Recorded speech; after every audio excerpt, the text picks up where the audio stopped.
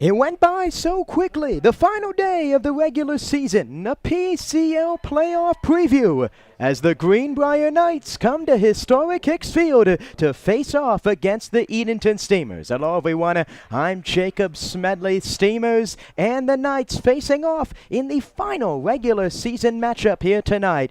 Players are lined up getting ready, and we're going to turn it over to Tommy for the playing of our national anthem.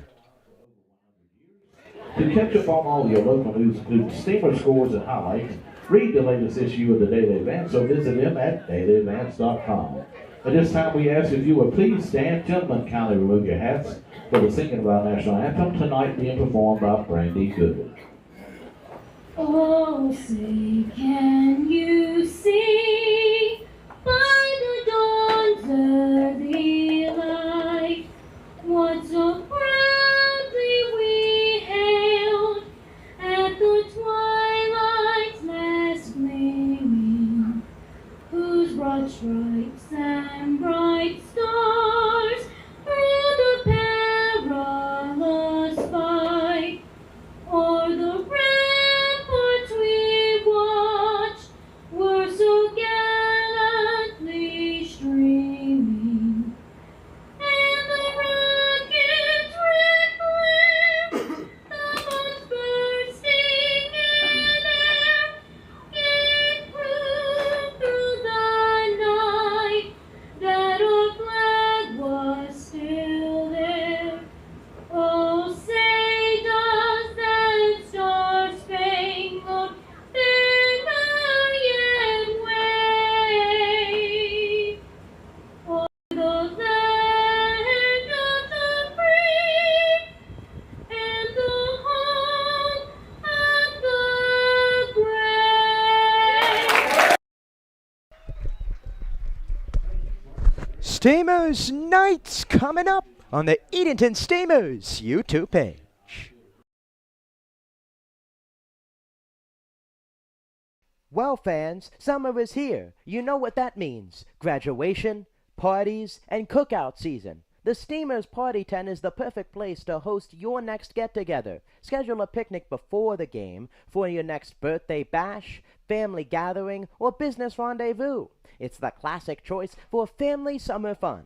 Call the office at 482-4080 for more details.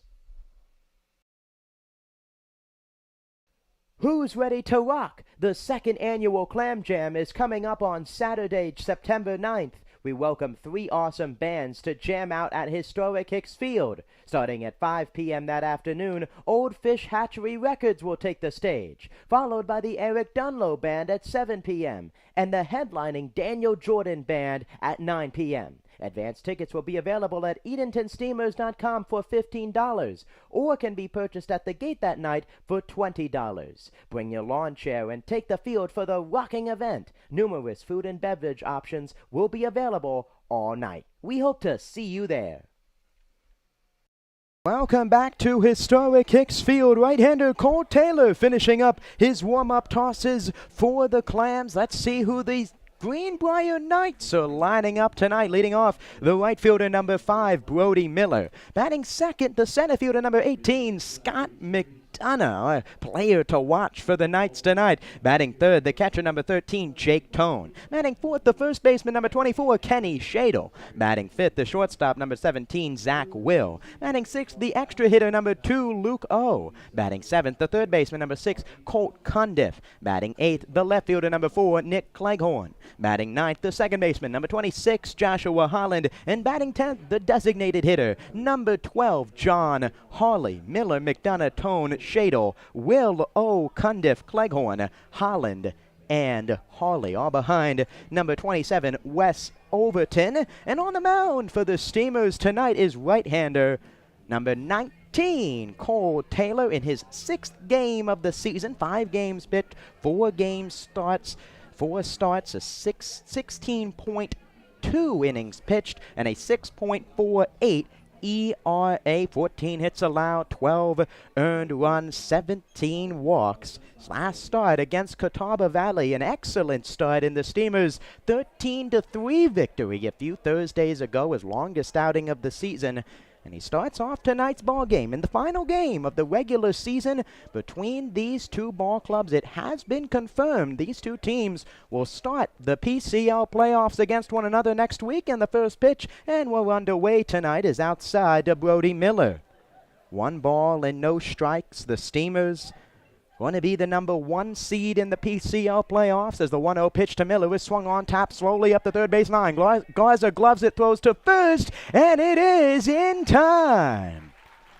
A dazzling defensive play right away for the Steamers' third baseman tonight, Ty Garza. Let's see who the rest of the Steamers' defense behind the plate. Giomar Santana. Over at first base is Gabe Kirk. At second base is Ty Johnson. At shortstop is Luke Myers. At third base, making the outstanding play, is Ty Garza. In left field is Jackson Ellison. In center field is Drifton Paget. And in right field is Nate Paulson. The umpires for tonight's game behind the plate is Eddie Organs. Over at third base is Gavin West. And manning first base is Eric Byram. And the first pitch from Taylor to Kenny Shadle is lined into left field. It'll fall in front of Jackson Ellison, who corrals it near the line. And a first pitch swinging single out to left field for Scott McDonough. Is our player to watch tonight. 5-game hitting streak coming in, dating back to July 11th. 3 hits against Virginia Beach. 3 home runs during that stretch. And now the catcher, Jake Tone, to the plate. Cole Taylor, action early here with 1 out and a single, and the first pitch is outside. Taylor on the hill, featuring a fastball, breaking pitch, a changeup. Jake Tone in his 14th game, 34 at-bats, a .294 average, and the 1-0 pitch to him, another fastball, this one high. 2 balls and no strikes. .441 slugging for Tone, 10 hits, 5 singles, 5 doubles, 10 RBIs at an RBI double. In early July against the Steamers right here, this ballpark. This 2-0 is at the top of the zone, 2-1. As mentioned, the Steamers and the Knights will start the Premier Collegiate League playoffs next week. 3 games, the third game if necessary, as the 2-1 pitch to Tone is fouled straight back. All games will be played right here at historic Hicks Field. The first game, the Knights will be the home team. Cannot use regular season tickets to come here at the ticket booth. Buy your tickets today, $8. 2 balls, 2 strikes to Jake Tone. McDonough at first with a 1-out single, and the pitch from Taylor way inside, and it goes to 3-2. Jake Tone batting third in the lineup. Really the heart of the lineup for the Knights. Tone, McDonough, Miller, Shadle. Zach Will with a big night last night. In the Knights, 9-4 win over the Tarboro River Bandits, and the 3-2 pitch is outside, ball 4. And after the ground out to lead off the inning for Miller, a single and a walk will bring Kenny Shadle to the plate. The fastball command for Cole Taylor. It's been something that saw last night for Steamers pitching with Loveday and Stewart. Cole Taylor has battled with it this season. He's tossed in some great outings as well, and has trouble here in the top of the first with the dangerous Shadle in there, and he takes a breaking ball in there for a strike.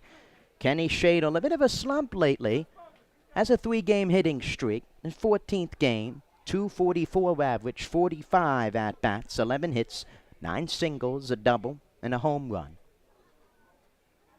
And the 0-1 from Taylor. Another breaking pitch. This one drifts high as McDonough dancing off of second base. Kenny Shadle at first base tonight. He's been very versatile. Steamers faced him earlier in the month. He was in center field. Versatile players here on the Knights. 1 ball, 1 strike. McDonough dancing halfway to third base, and he retreats back as the 1-1 is delivered low. Ball 2. Scott McDonough dancing off of second. Kenny Shadle up at the dish. 2 balls, 1 strike, 1 out. A single and a walk in the inning for Cole Taylor. Taylor looks back at second. Gets the sign from Santana, and the pitch, a fastball low, and it's now 3 balls and 1 strike. The Knights finishing up the regular season. They've been red hot. winners of 3 of their last 4 ball games. Took down the Virginia Beach Sea Dogs to begin that stretch, 8-5 on July 11th. Belted the Outer Banks Scallywags, and then back-to-back wins on the 22nd and last night. As Cole Taylor will throw back, and back in there is McDonough. Wins 6-5 and 9-4 against the Tarboro River Bandits, including last night. The Knights hitting 3 home runs in the top of the 8th inning to put that ball game out of reach. 3 balls and 1 strike to the first baseman Shadle, and the pitch from Taylor is low and in, ball 4. And after a 1-out single, back-to-back walks for the right-hander from Watches. And now the shortstop, Zach Will, coming to the plate. Zach Will, a huge night last night for the Greenbrier Knights. He had a hit, a home run, an RBI, a run scored, 2 walks in the victory over Greenbrier. In the victory over Tarboro, 12th game. 30 at-bats, a 200 average, and looking to come up with a big hit here in the first. And the first pitch from Taylor is a fastball on the outside corner for a strike. Cole Taylor, the 3rd most starts by a Steamers pitcher this season, only trailing last night's starters Zane Loveday and Chandler Paget on the season. The 0-1 pitch to Will, another breaking ball, this one outside, and it goes to 1-1. Another PCL game in action tonight, a battle for the 2nd seed in the playoffs. The Tarboro River Bandits and the Outer Banks Scallywags, who the Steamers beat last night. The 1-1. Fastball popped up on the infield. Should be a huge out, number 2. Myers backs up on the grass. He makes the catch. A little trot down the third base line from McDonough, who promptly retreats to third. Fastball inside, jammed the right-handed hitting Will, and now the extra hitter Luke O will try and get the job done for Greenbrier. Excellent pitch selection, 2 pitches on the outer half, fastball breaking pitch. And then Cole Taylor going with the hard stuff inside to jam Will. Now Luke O in his 13th game, 22 at-bats, 136 average, 3 hits, all singles. Looking to come through here. And the first pitch on the way from Taylor is a breaking ball in there for a strike. It's 0-1. No balls, 1 strike to Luke O with Colt Cundiff on deck if the inning continues. Taylor's fastball has been his go-to here in the inning. If he can get one in and get a jam. And of Luke O, the 0-1 check swing, appeal down to first base, and no swing by the first base umpire Eric Byram, and it goes to 1-1. Steamers in the night so far. Tonight, the 4th matchup. Both of these teams were scheduled to play on Monday, but heavy rain in the area starting around 5:30 and really continued through the night, canceling that matchup. 1 ball, 1 strike. Taylor, long pause on the mound, and he steps off.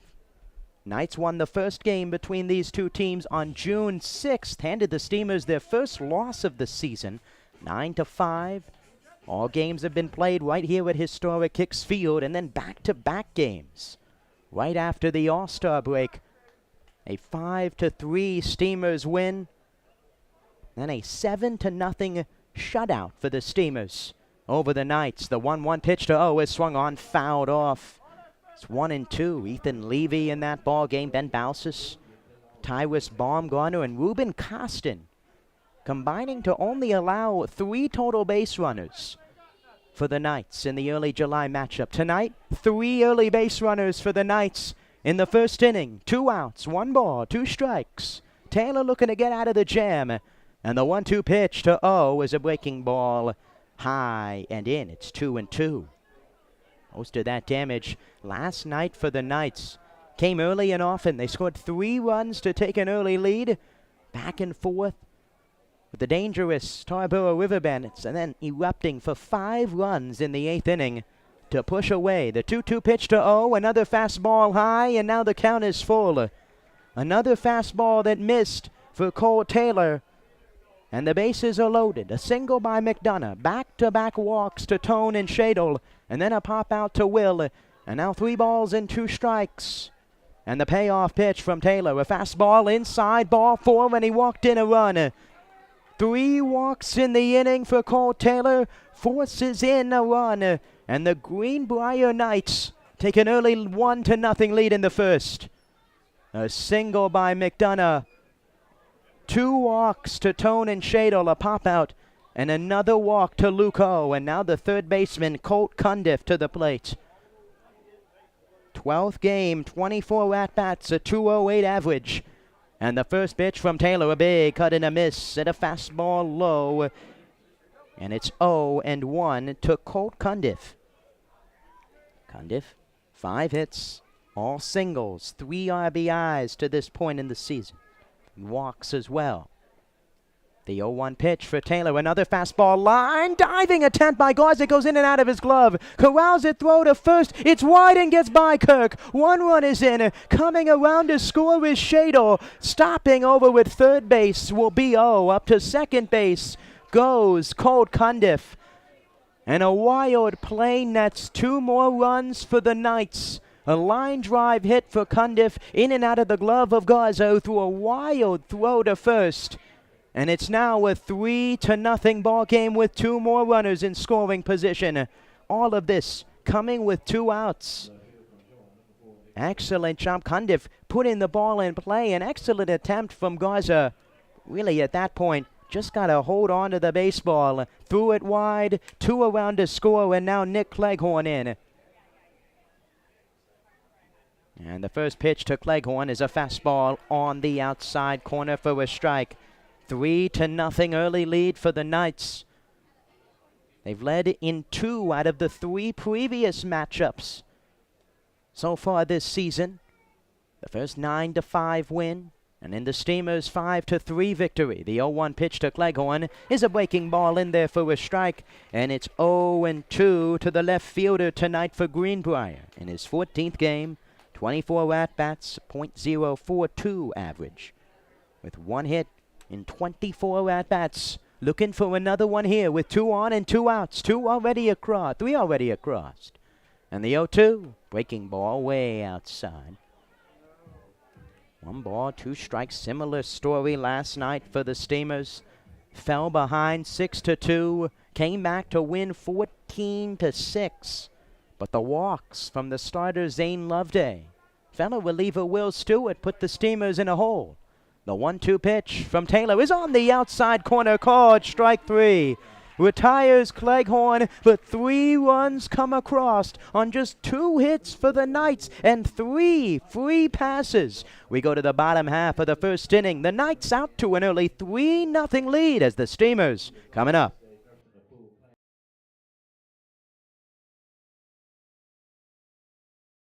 The new 2023 Edenton Steamers merchandise has arrived. There are plenty of ways for you to pick up your new Steamers gear. You can visit EdentonSteamers.com and place an order. Stop by Sound Feet and Shoes of Edenton or head to the merchandise trailer located behind the first base dugout at historic Hicks Field. You can also pick up your Chowan County Cantaloupes gear, but only at historic Hicks Field. Thank you for your support and repping your Steamers gear.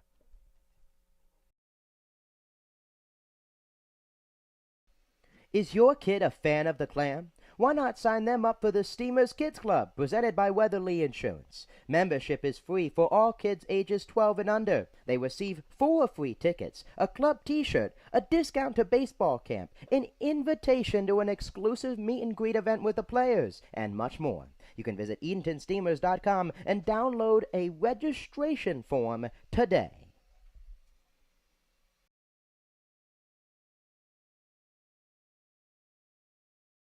My name is Tyler Alvarez, and you're watching Edenton Steamers Baseball on the Edenton Steamers YouTube channel. My name is Tyler Alvarez, and you're watching Edenton Steamers Baseball on the Edenton Steamers YouTube channel. Thank you, Tyler. You're watching Edenton Steamers Baseball on the home of the Clams, the Edenton Steamers YouTube page. Jacob Smedley, glad to be with you for the final regular season game for the Steamers here this year. And their lineup tonight against right-hander Wes Overton goes as follows. The shortstop, number 3, Luke Myers. Batting second, the left fielder, number 23, Jackson Ellison. Batting third, the first baseman, number 29, Gabe Kirk. Batting fourth, the designated hitter, number 21, Chris Morris, who had 3 home runs last night against Outer Banks. Batting fifth, the catcher, number 5, Giomar Santana. Batting sixth, the second baseman, number 4, Ty Johnson. Batting seventh, the extra hitter, number 20, Tate Abbott. Batting eighth, the third baseman, number 7, Ty Garza. Batting ninth, the right fielder, number 10, Nate Paulson. And batting 10th, the center fielder, number 16, Drifton Paget. Myers, Ellison, Kirk, Morris, Santana, Johnson, Abbott, Garza, Paulson, and Paget, all behind right-hander Cole Taylor, and facing off against right-hander Wes Overton in his 6th game of the season. 5 games pitched, only 1 start, 6 2/3 innings pitched, a 12.60 ERA, 14 walks, 11 hits, 12 earned runs allowed in his first appearance since July 22nd. Pitched at 2 1/3 innings against the Tarboro River Bandits, allowed 1 earned run, 4 walks, and a strikeout. And the first pitch to Luke Myers is a fastball on the inside corner for a strike. Fastball breaking ball mix from the right-hander from Pensacola Christian College.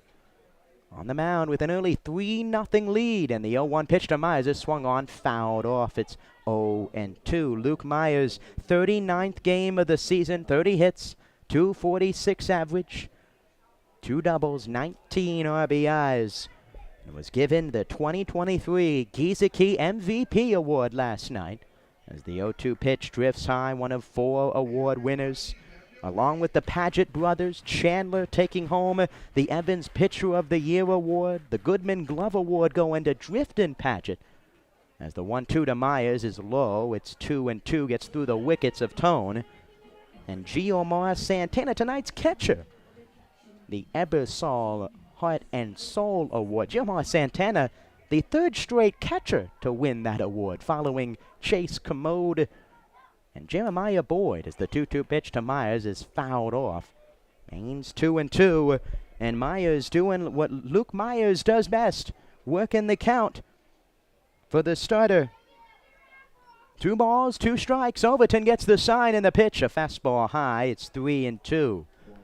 Wes Overton from Heath, Ohio, Heath High School, the sophomore right-hander. Just 2 pitchers. Going all 9 last night for the Knights in the win over the River Bandits, as the 3-2 is low, ball 4. And Luke Myers walks to lead off the bottom of the first as the Steamers looking to dig into the Knights' early lead. As Jackson Ellison coming up. Knights last night using Zach Capps to go the first 4, and Bryce Burchett went the next 5, got the win, and shut down the River Bandits offense. Jackson Ellison up in his 15th game, 31 at-bats, 9 hits, a double, and 4 RBIs. And the first pitch swung on, grounded on the infield. Charging is Holland. He gloves it, tags Myers. The throw to first is in time. An excellent play by the second baseman, Joshua Holland. He turns 2 unassisted, and there's 2 away here in the bottom half of the first. Slow roller to second. Holland charged it, gloved it, and tagged Myers in pursuit of second. And now there's 2 outs for Gabe Kirk. Let's see the rest of the Knights' defense tonight. Behind the plate is Jake Tone. Over at first base, Kenny Shadle. The excellent play at second by Joshua Holland. As the first pitch to Kirk is high, it's 1-0. Shortstop is Zach Will. At third base is Colt Cundiff. In left field is Nick Cleghorn. In center field is Scott McDonough. And in right field is Brody Miller. The 1-0 pitch to Kirk is line right field, going down the line, and it's just foul. Goes to 1-1. Kirk reaching all 5 times last night in the Steamers' victory. He scored 4 runs, got 2 hits, walked 3 times. Batting in front of the man in the on-deck circle last night will do that for you. A 1-1 pitch from Overton. Fastball line, this one over to first. Shadle stays down on it, gloves it, and takes it to the bag. And after a lead-off walk, Overton a double play and a ground out. The Steamers, no runs in the bottom of the first. We go to the second. The Knights lead it 3-0.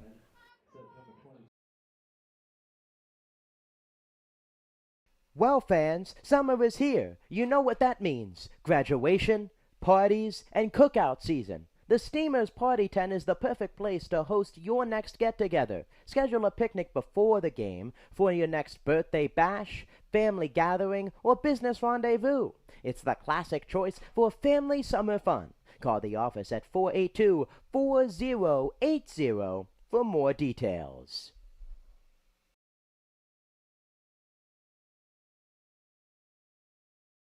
The new 2023 Edenton Steamers merchandise has arrived. There are plenty of ways for you to pick up your new Steamers gear. You can visit EdentonSteamers.com and place an order. Stop by Sound Feet and Shoes of Edenton or head to the merchandise trailer located behind the first base dugout at historic Hicks Field. You can also pick up your Trowon County Cantaloupes gear, but only at historic Hicks Field. Thank you for your support and repping your Steamers gear. Hi, my name is Ben Balsis, and you're watching Edenton Steamers Baseball on the Edenton Steamers YouTube channel. Thank you, Ben. Ben Balsis, one of the Steamers' best pitchers so far this season. 43 innings pitched, and also in the field, getting an RBI hit in last night's victory over the Outer Banks Scallywags. Top half of the second inning, 3-0. Knights in front. Cole Taylor finishing up his warm-up tosses, due up for the Knights. 9-10-1.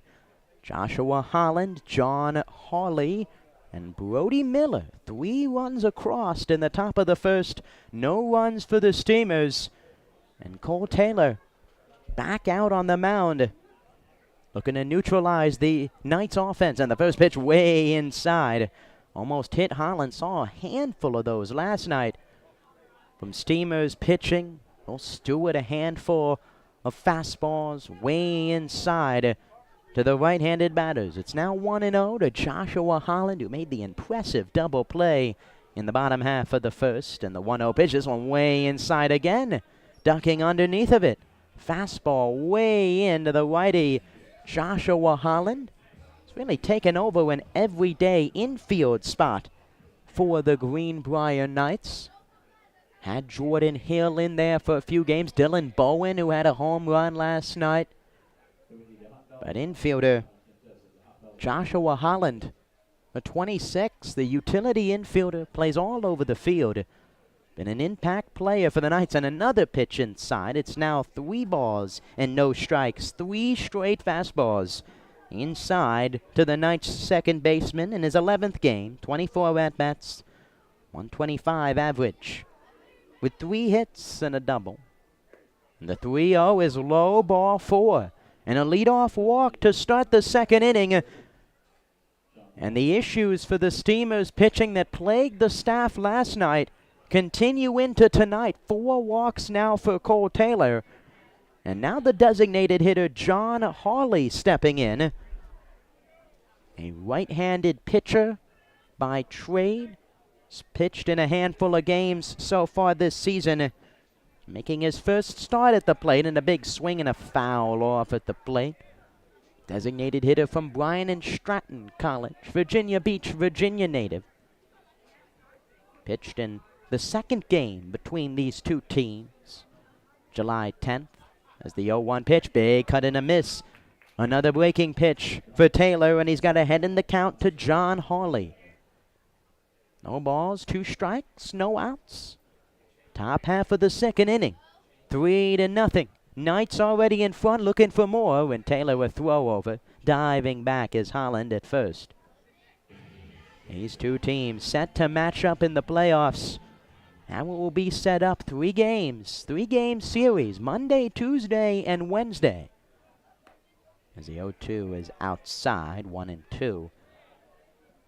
Monday's game will be right here, but a home game for the Greenbrier Knights. Tuesday here as well. The Steamers as the home side, as the 1-2 in there, called strike 3. A fastball on the outer half. And Taylor gets another strikeout, retires Hawley, and there's one out here in the second as Brody Miller to the plate. Excellent location against Hawley. He's faced limited at-bats here this season and takes it on the outside corner for a strike. Now Brody Miller to the plate, and the first pitch to Miller is a fastball outside. It's 1-0.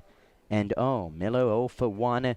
Grounded out his first time up, is now the second time around for the Knights lineup against the Wanchese native. As the 1-0, a fastball at the top of the zone. It's 1-1.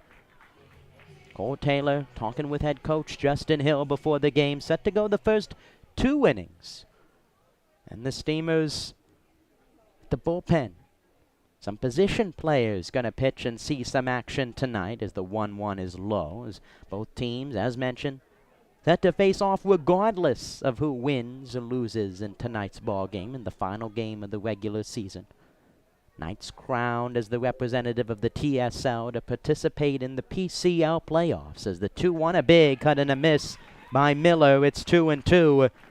And the Steamers clinching the 1 seed a few days ago with the victory Wednesday night against Outer Banks, will have home field advantage throughout the playoffs starting on Monday. 2 balls, 2 strikes, and the pitch to Miller low gets away from Santana. Up to second base goes Holland. Another wild pitch, and it's now 3 balls and 2 strikes to Miller. Over 7 wild pitches last night for the Steamers. Brought in a handful of Outer Banks scallywags runs. And now a runner in scoring position for the Knights here in the second, as the count is 4 to Miller, with Scott McDonough, who singled his first time on deck. And the 3-2 pitch to Miller, fastball popped up. Right field, Paulson coming in. He has room in front of the line, and he makes the catch. Tagging going to third is Holland. The throw in is cut off by Johnson. And into third base is Josh Holland. The fly ball advancing the runner, and now there's 2 outs for Scott McDonough. Scott McDonough, center fielder tonight for the Greenbrier Knights, a 5-game hitting streak dating back to July 11th. 3 hits on July 18th against the Virginia Beach Sea Dogs. Leads the team in average. .310 batting average with 13 hits. Looking for another one here when the first pitch swung on, fouled off on a breaking pitch. Got a first pitch fastball from Cole Taylor and did not miss it. No balls. And 1 strike to the center fielder, Scott McDonough. Taylor getting the sign. And the 0-1 pitch. Breaking ball, low and away. It's 1-1.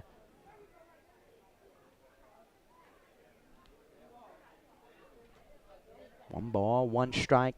Scott McDonough, the University of Arkansas, Little Rock. Pitcher, fielder as well, as the 1-1 pitch line foul down the left field line. Fastball inner half, and McDonough shot it foul. 1 ball, 2 strikes, 2 outs. Holland with a leadoff walk over at third base on a wild pitch and a fly out to right. 1 ball, 2 strikes. Taylor looking to get out of the inning. And the pitch to McDonough, breaking ball low. Excellent stop by Santana. It's 2-2. McDonough, similarly to Shadle, versatility as well. Been at first base. He's been on the mound. Was a 2023 TSL All-Star. Pitched in that ball game. Playing center field tonight. Time is called at the plate. 3-0 lead for Greenbrier. McDonough looking to extend that here in the second. Wouldn't be surprised if Taylor went back to the breaking pitch to retire McDonough. 2 balls, 2 strikes. There's that breaking pitch outside, and it's 3 balls and 2 strikes. Tailing away from the right-handed hitting McDonough. And now Due up next is Jake Tone. If McDonough can keep it going. 3 balls, 2 strikes. Taylor looking to get out with no damage across. And the 3-2 pitch to McDonough swung on, tapped right to the mound. Taylor gloves it, throws to first, and that'll do it for the inning. Taylor gets out of the jam. He strands 1 walk. We go to the bottom half of the second. The Knights lead it 3-0.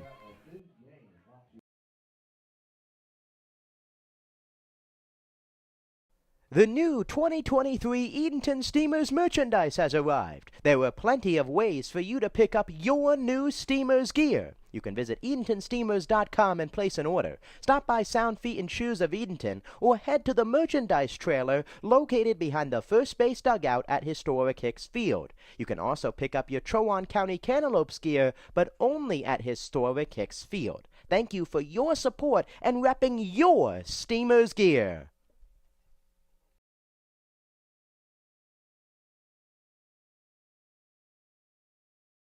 Who's ready to rock? The second annual Clam Jam is coming up on Saturday, September 9th. We welcome 3 awesome bands to jam out at historic Hicks Field. Starting at 5 p.m. that afternoon, Old Fish Hatchery Records will take the stage, followed by the Eric Dunlow Band at 7 p.m. and the headlining Daniel Jordan Band at 9 p.m. Advance tickets will be available at EdentonSteamers.com for $15 or can be purchased at the gate that night for $20. Bring your lawn chair and take the field for the rocking event. Numerous food and beverage options will be available all night. We hope to see you there. Back to historic Hicks Field. Bottom half of the second inning in a 3-0 game. 4-5-6 due up for the Steamers against West Overton. Chris Morris, Giomar Santana, and Ty Johnson. The trio combining for 4 home runs last night from 2 of the 3. Chris Morris and Giomar Santana. Chris Morris coming to the plate for the Steamers last night, making some Steamers recent history. The first Steamer to hit 3 home runs in a ball game since 2020. Josiah Seitler with 3 home runs for the Steamers. And Chris Morris, a 2-run home run, a 3-run home run, and another 3-run home run late in the ball game. He has 7 home runs on the season, 23 RBIs, and the first pitch to Overton is a fastball high. It's 1-0. Leads the team in average, 25th game, 24 hits, 662 slugging, a triple, a double, and 7 homers. The 1-0 is low. It's 2 balls and no strikes. 9 of the 14 runs batted in as well from number 21 in the teal and black. He's back in the cleanup spot tonight. And the 2-0 pitch from Overton. Another fastball. This one popped up. First base side. Shadle in pursuit. He gives it a look, and it's out of play. 2 balls and 1 strike. Chris Morris, in the spring, hit a total of 8 home runs for Pitt Community College. 28 RBIs. 7 so far for the Steamers. And the 2-1 pitch. Grounded. A high chopper on the infield. Well, it goes in and out of his glove into center field.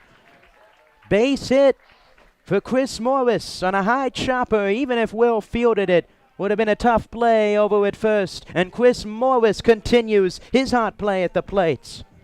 Now 4 hits, 5 hits in his last 2 ball games. And now Giomar Santana to the plate. The Steamers catcher, Santana, in his 30th ball game, 24 hits, 289 average. With a home run, his first home run of the year last night, 11 RBIs. A triple and 2 doubles, and the first pitch from Overton is low. It's 1-0. As mentioned earlier, Giomar Santana taking home the Katie Ebersol Heart and Soul Sportsmanship Award, the heart and soul of the Steamers, in the embodiment of Santana's play as the 1-0 grounded back to Overton. Could be 2. A miscommunication at second. The throw to first is not in time. Both Knights covering second base as Overton looked to turn 2. The throw was cut off by Will, who tagged the bag, and Santana replaces Morris at first. A hard shot right back to the pitcher Wes Overton turned around, threw it to second, got the first out, but Santana reached first, and now Ty Johnson to the plate. In his 5th game, 4 hits, 308 average with 2 RBIs.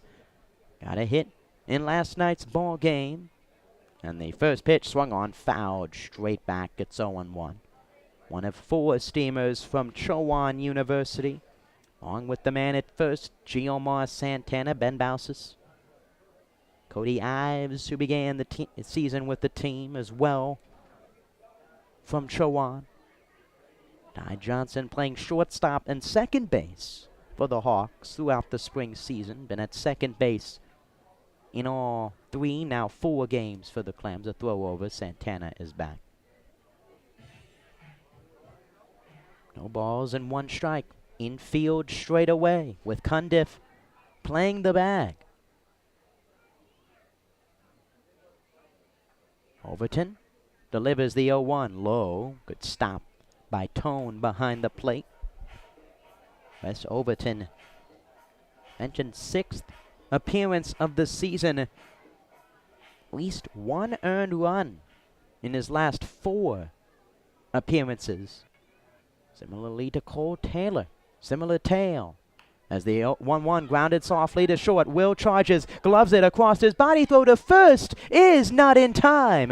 A stretch by Shadle. The throw a bit late from Will. And now 2 runners on with 1 out for Tate Abbott coming up. A soft chopper over to shortstop. Will could not get the throw over in time. And now Tate Abbott up. Tate Abbott, 25th game, 16 hits, a 200 average, 3 doubles, a home run, and 17 RBIs.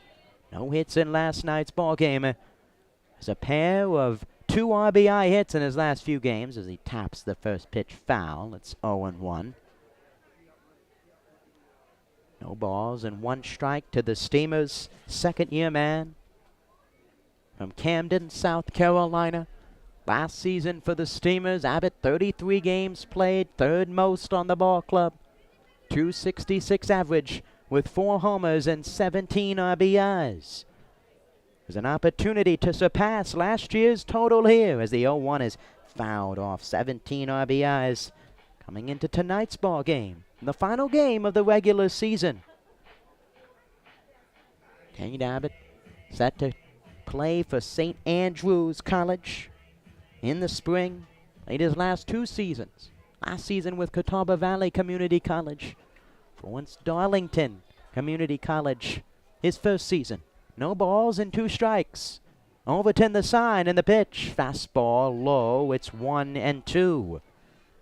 Abbott and first baseman Gabe Kirk in the lineup now for 3 straight ball games. As head coach Justin Hill trying to figure out who's hot and who's not. The 2 first basemen on the Steamers both get in action tonight. The 1-2 pitch from Overton. Fastball driven in the air to right. Miller on the run. Fair or foul, and it's fair. Just inside the line. Coming around third is Santana. The throw in to the plate is up the line. Santana scores. To third goes Johnson. And into second base with an RBI double is Tate Abbott. Fair or foul, the fly ball stayed fair down the right field line. Miller playing straight away in right. And the Steamers get at least 1 back here in the bottom half of the second. And now Ty Garza to the plate. 3 hits now for the Steamers in the inning. A single by Morris. A single by Johnson, or walk to Johnson. And then Tate Abbott, the big hit to right, and the first pitch to Ty Garza is high. It's 1-0. Garza, his 37th game, 30 hits, 248 average, 4 doubles, 19 RBIs, and a home run. Looking to get his swing back at the plates. It's cooled off in the past really week. And the 1-0 low, it's 2-0. Kenny Shado, the first baseman, all the way up on the grass for the Steamers. Number 8 batter, Ty Garza. Nate Paulson on deck. Shadle on the grass. Cundiff even with the bag. Both middle infielders straight away. Soft grounder cut off by Cundiff. His only play to first is a wide throw to Shadle. A run across. The throw back to third is not in time. An infield single plus an error. Gonna go to Colt Cundiff. A run across and still only one out. And it's now 3-2 Steamers in front. An error gonna go straight away to Colt Cundiff. Would have had Garza with a clean throw. The first error of the night for the Knights. And now runners on the corners with one out for Nate Paulson. A few walks, a hit in last night's ball game. He reached 3 times. A run scored. And the first pitch from Overton is in there. It's 0-1.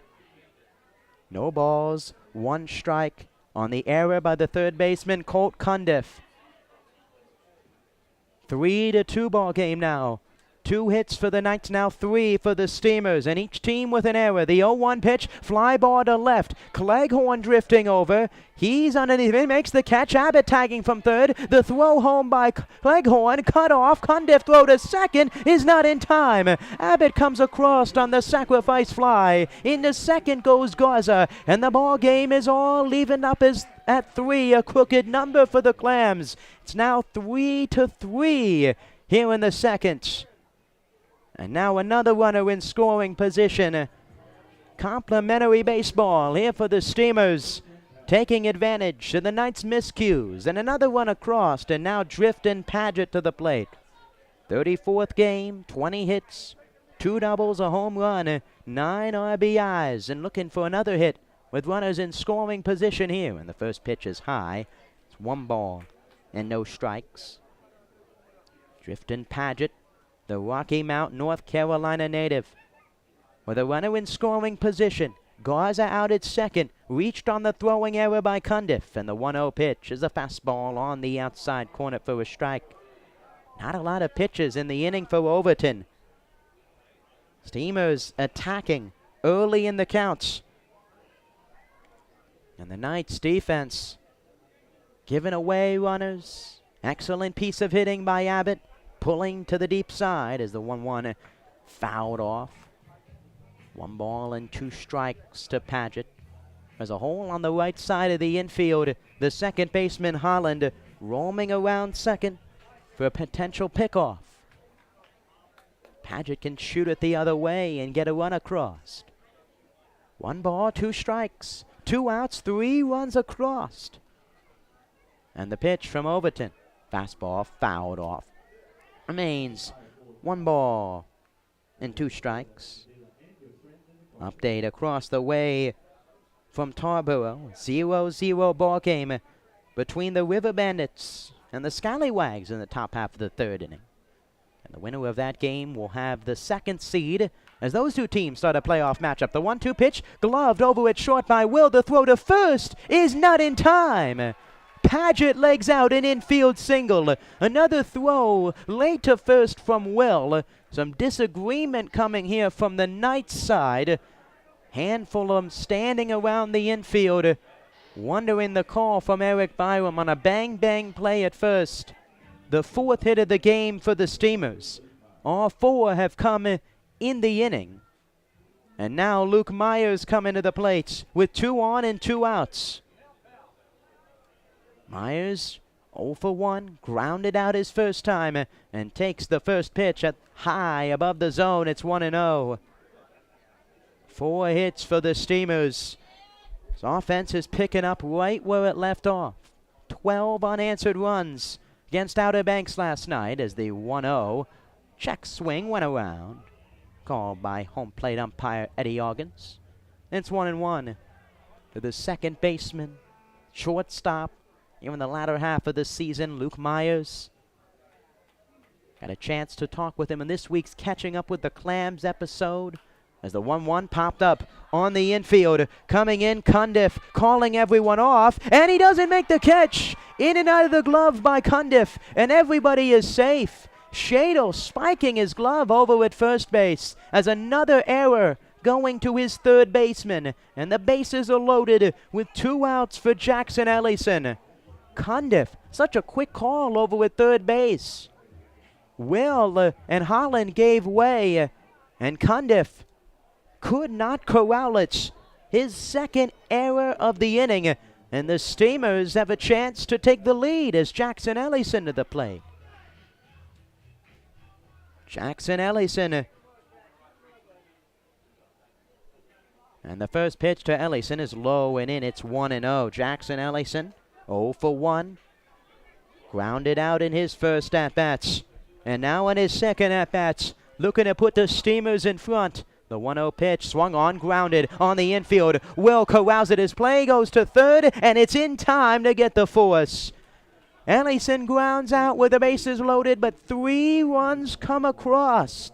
And handful of errors for the Knights. 4 hits and 3 runs as the Steamers tie it up. We go to the top of the third. 3-3. Knights and Steamers deadlocked as we head to the third.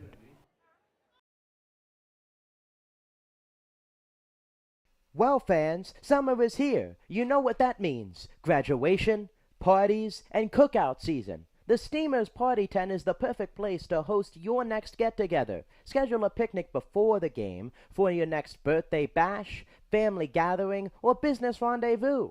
It's the classic choice for family summer fun. Call the office at 482-4080 for more details.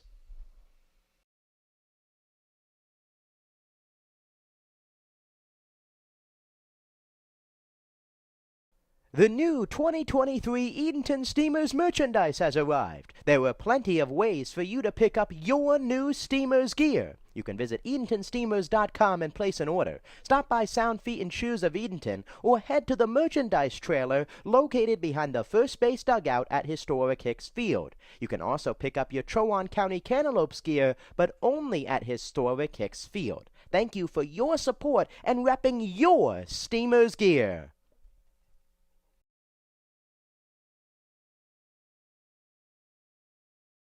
Welcome back to historic Hicks Field. 3 runs in the bottom of the second for the Steamers, brought to you by Feral Gas. Easy propane service starts here. Feral Gas, a run across on the RBI hit by Tate Abbott. A fielding error bringing a run in as well with Ty Garza up.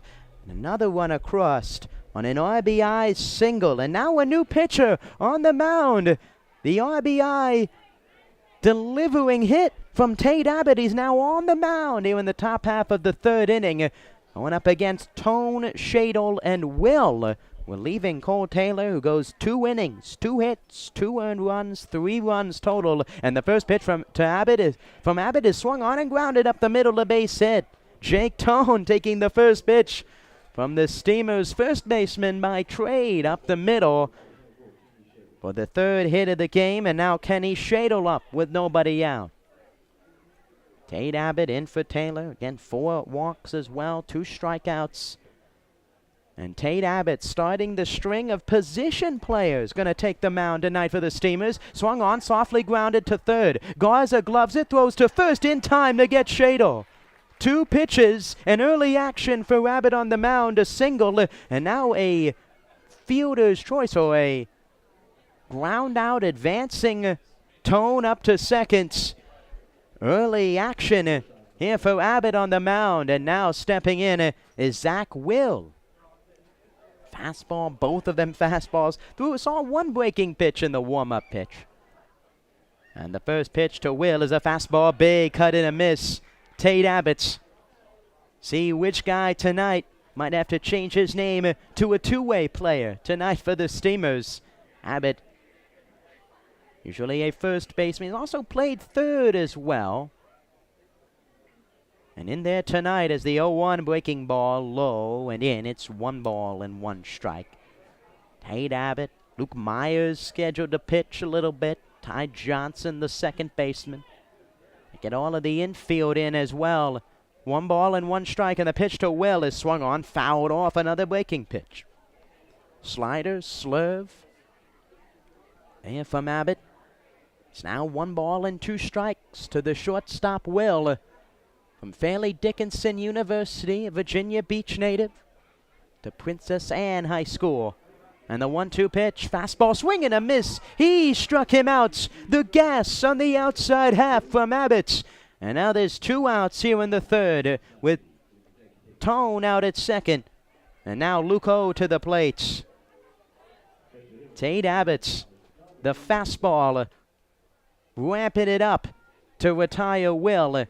Now Luke O to the plate. He's 0 for 0, a walk with the bases loaded and an RBI. And the first pitch, a breaking ball. Just behind him, it's 1-0. 1 ball, no strikes. That one behind the batter O, sharing a smile with Santana, the fellow catcher. 1 ball, no strikes. Out at second base is Tone, a leadoff single. Advanced to second on the ground out, and the 1-0 is outside. It's 2 balls and no strikes to Luke O from Cayuga College, sophomore, Edmonston, New York.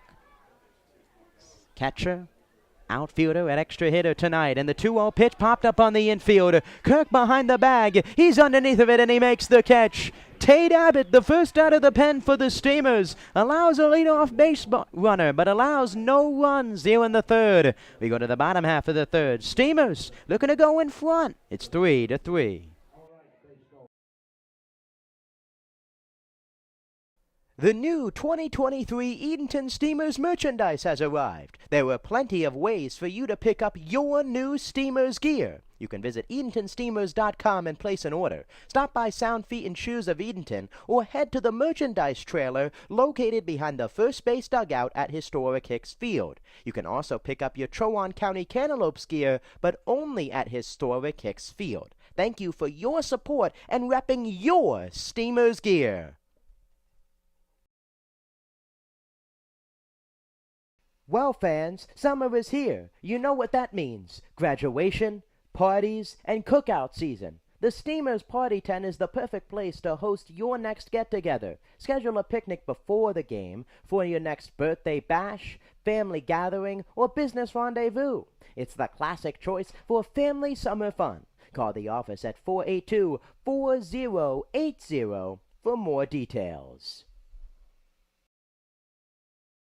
Is working with your propane provider a hassle? Then it's time to switch to Faro Gas. For easy and reliable service, Faro Gas offers quick delivery options, nationwide propane supply, online account tools, and a friendly team of professionals, all here to make your life simpler. Get started today with a price quote at FaroGas.com. That's FERRELLGAS.com. Welcome back to historic Hicks Field on the corner of East Freemason and Woodard Street in Edenton, North Carolina. The beautiful venue for every Steamers home game. They're also the home of the Edenton Aces. Wonderful Jersey fundraiser earlier this season, going to projects inside historic Hicks Field. And on the Edenton High School campus, John H. Holmes High School. And Gabe Kirk leading off 3-4-5 for the Steamers here in the bottom half of the third. 3-3 ball game. And Wes Overton back on the hill for the Knights. And the first pitch to Kirk is a fastball high. It's 1 ball and no strikes. Kirk so far tonight 0 for 1. In his first at bat, a ground out to first. Steamers 3 runs in the third on just 4 hits. Hit by Morris, Johnson, Abbott, and Paget. So the 1-0 is low and in. It's 2-0.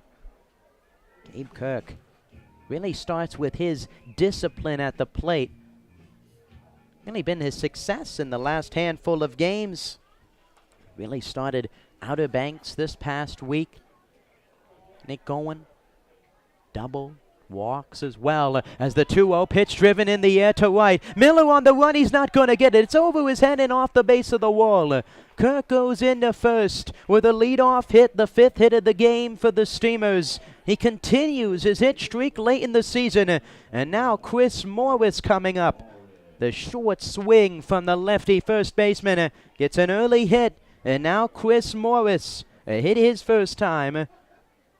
Was out at second on the fielder's choice, and now up with 1 on and nobody outs. looking to pick up where he left off last night, and the first pitch swung on, grounded to third. Could be two. Cundiff corrals it, throws to second for one, and they won't get Morris at first.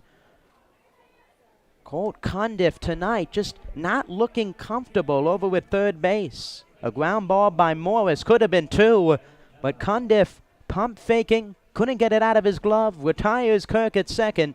And now there's one away for Giomar Santana, who reached on a fielder's choice his first time.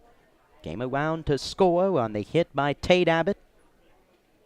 One on with one out. A lot of early contact for the Steamers as the first pitch to Santana is low. Kirk the hit after the 1-0 count, and Morris swinging on the first pitch to Overton. Overton just 44 pitches here entering the third. There's the 1-0 to Santana. Fastball swung on up the middle. Could be two. Will grabs it, tags the bag. The throw to first is high up the line, and Santana reaches on his second fielder's choice of the game. Shadle going off the bag, trying to tag Santana. Will did not toss it to Holland over at the bag, took it himself, and carried the throw up the line, and now there's two outs. Santana replaces Morris, and now Ty Johnson to the plate. Johnson reaching on a single his first time. Came around to score. Infield single to short. Will could not throw him out. And the first pitch from Overton is swung on line to center field. McDonough on the run, and he comes in and makes the catch. A hit in the inning, one runner left stranded, no runs across, a quick inning on the mound for Overton. We head to the top half of the fourth. The Steamers and the Knights tied up at 3.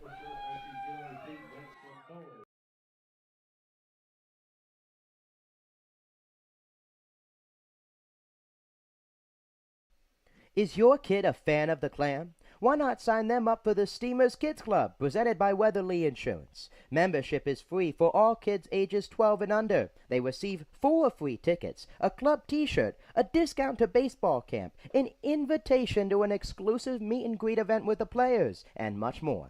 You can visit EdentonSteamers.com and download a registration form today.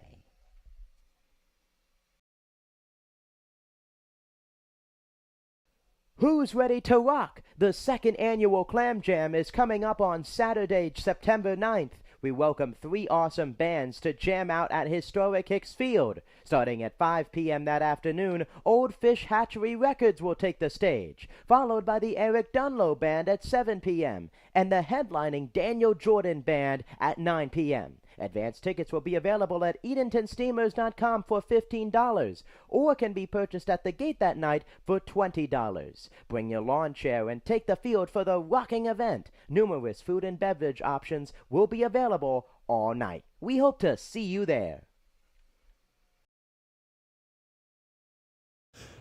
Hey, my name is Zane Loveday, and you're watching Edenton Steamers Baseball on the Edenton Steamers YouTube channel. Thank you, Zane. Welcome back. Steamers Knights tied up at 3. A new pitcher on the mound for the Steamers. Going from first base to the mound is number 29, Gabe Kirk, another position player for the Steamers. And I'm glad to be joined by Steamers outfielder Davis Halstead, second year with the Clams, having a great season. Davis, thanks for coming on. Oh, thanks for having me, Jacob. Yeah, Davis, 32 games so far with few home runs. Chris Morris with his big game last night. You win the home run derby with him earlier in the season. What was that like for you? Oh, it was awesome. Actually, to be honest, I was just happy to be there. We good? Yep. I was just happy to be there. I remember Coach Cody Johnson coming out to me and he was talking about, where you wanted him to throw the ball and how we wanted it or anything, but I just told him, I was like, you throw it in there and I'm gonna try to hit it out. We're gonna try to have fun here. So, but it was he did put on a very impressive show in the home run derby, and it was awesome seeing him last night. No balls and 2 strikes. Colt Cundiff, and the pitch to Kirk, low and away, 1-2. You're not getting in on the action tonight. I know a bunch of guys last night requesting to Coach Hill. What have you seen so far from Tate? It looked like he was doing good there in the last inning. Heck, he might, going into the playoffs, he might be a go-to guy at the pin almost. I don't know if he looked very confident up there. He had some good stuff working for him. 1-2 pitch to Cundiff is outside. 2 balls and 2 strikes. Kirk gets the sign and the pitch outside. 3-2. Seeing Gabe Kirk throwing it around with Tyrus before the game. A little splitter action as well. Fastball, breaking pitch. Davis, you've been in right field this season as that one high and inside. A leadoff walk to Cundiff from Kirk. You've been in right field, been in center field last year for Nate Paulson. Is there a favorite spot for you out in the outfield? You've been in left field as well. Is there a favorite spot for you? Oh, definitely. I definitely like man at center, but right field, I felt very comfortable in right field this year. First pitch outside. The throwback not in time as Nick Leghorn swaying around a bunt. Most of my reps are, in school ball coming right field, but, it's always fun to hold it down there in the middle. And I've seen you at first base, too. Have you played first before this season? I saw you over at first a few games as Cleghorn squares around, gets the bunt down. Kirk fields it, throw to first, and it's in time. Kirk throwing to his buddy Abbott over at first to get the first out. Up to second goes Cundiff. But, I remember the first time I went up to first base, I looked at their first base coach, and I was like, hey, man, I haven't played here since I was 12, so we'll see how this goes. It was kind of just we needed a first baseman, and I don't know if I was just, probably the only one crazy enough willing to go out there and do it for the first time in college baseball, but had a good time. I don't think I did too bad. First pitch inside to Josh Holland. It's 1-0. 1 out, 3-3 ball game here in the top half of the fourth. As the second pitch to Holland, a leaping catch at second by Ty Johnson. And there's 2 away. At least maybe a run scoring, at least a single there from Holland. An incredible play by Johnson, and there's 2 outs. Davis, what'd you see from that athletic play out at second? That was, he definitely saved a hit and a possible RBI right there. That was a big play. And now John Hawley at the plate. What a matchup this is. A position player pitching to a pitcher here as the throw wide from Kirk, the throw to third, and it's not in time. Pitch way inside to Hawley going to third base is Cundiff. Reach third. 1 ball, 2 outs. A runner at third for the Knights, looking to retake the lead here in the fourth, joined by Steamers outfielder Davis Halstead here for the 4th inning. And the 1-0 pitch to Kirk. Big cut and a miss by Hawley. Was talking to Ben Bausis the other game about the home run celebration, the jumping elbow. You've hit a few. You've been on the receiving end giving the home run celebration. How does that work? I kind of heard it from Ben as well. Definitely just gets the dugout into it. One guy just picks it out there. We call it a boom. A boom? It's just a pretty simple boom, and it really gets the dugout in it, and hopefully the crowd likes it as well. The 1-2 pitch in there, called strike 3. Gabe Kirk with a strikeout to end the inning. A runner left stranded after the walk. We go to the bottom half of the fourth. Knights and Steamers tied up at 3.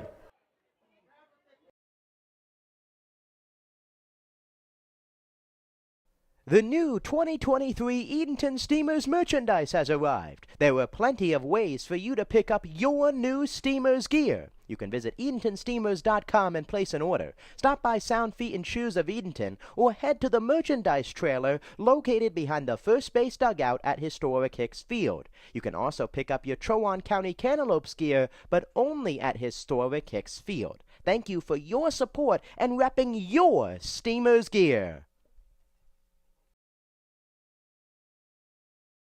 Who's ready to rock? The 2nd annual Clam Jam is coming up on Saturday, September 9th. We welcome 3 awesome bands to jam out at historic Hicks Field. Starting at 5 p.m. that afternoon, Old Fish Hatchery Records will take the stage, followed by the Eric Dunlow Band at 7 p.m. and the headlining Daniel Jordan Band at 9 p.m. Advance tickets will be available at EdentonSteamers.com for $15 or can be purchased at the gate that night for $20. Bring your lawn chair and take the field for the rocking event. Numerous food and beverage options will be available all night. We hope to see you there. Welcome back to historic Hicks Field, bottom half of the 4th inning in a 3-3 ball game. Steamers and Greenbrier Knights joined alongside Steamers outfielder Davis Halstead here for the 4th inning of this ball game. Davis, What's your approach so far in the first 3 innings? Seeing Overton on the mound, take me through your mind. If you were in the on-deck circle right now getting ready to face him, what would be your approach so far? A lot of early swings for the Steamers batters. Oh, well, I'm seeing this guy throw a lot of fastball here, and then, I mean, as a hitter, you just want to don't miss the fastball, and every time, you know, it's just you know, you're sitting the fastball. That's pretty much the simplest way I can put it. Sit fastball, adjust to the breaking sit pitch. Fastballs, see the breaking pitch out the hand and adjust. Now, I don't want to miss the fastball. That's my number one thing when I'm sitting on the deck circle. Tate Abbott, Ty Garza, Nate Paulson due up. Talk about that relationship with the returning guys. Abbott and Paulson due up as the first pitch to Tate. High, it's 1-0. Did you guys have conversations in the offseason like, let's run it back this season? We got that thrill. Let's do it again. Actually, I got to talk to the boys a little bit over the offseason. It was kind of nice. 1-0 pitch is fouled off. It's 1-1.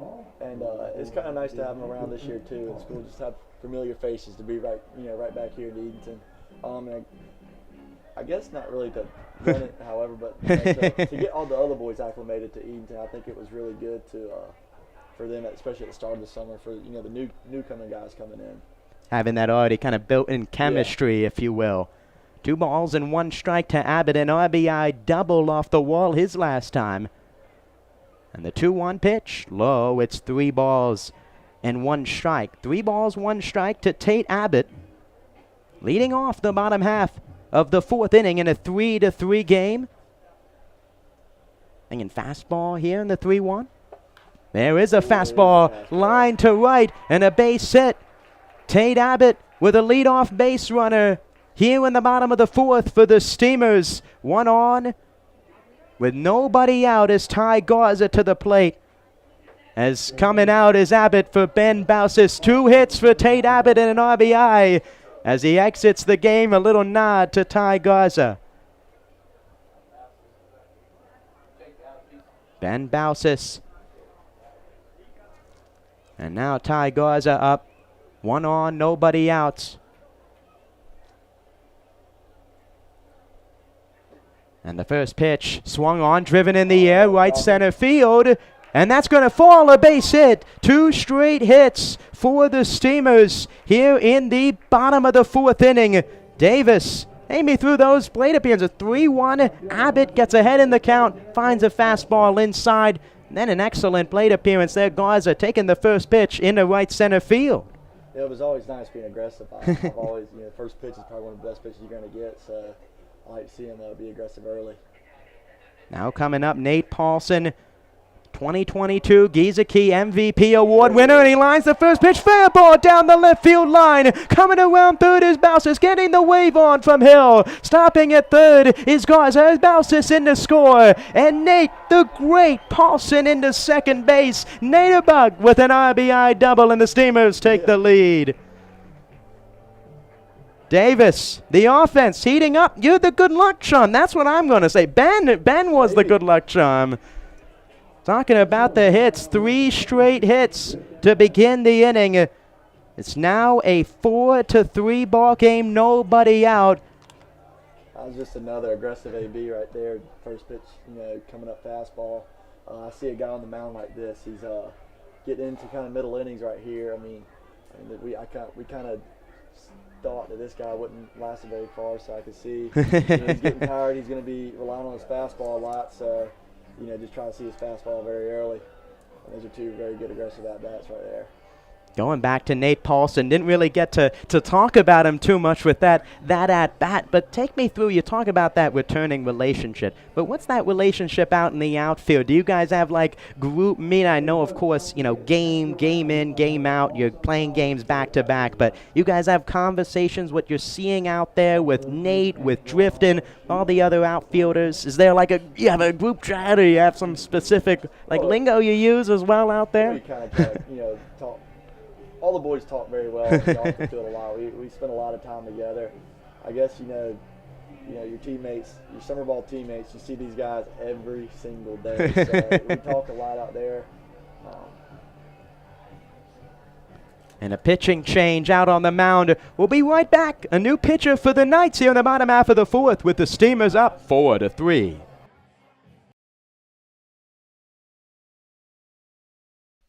Is your kid a fan of the Clam? Why not sign them up for the Steamers Kids Club, presented by Weatherly Insurance? Membership is free for all kids ages 12 and under. They receive 4 free tickets, a club t-shirt, a discount to baseball camp, an invitation to an exclusive meet and greet event with the players, and much more. You can visit EdentonSteamers.com and download a registration form today.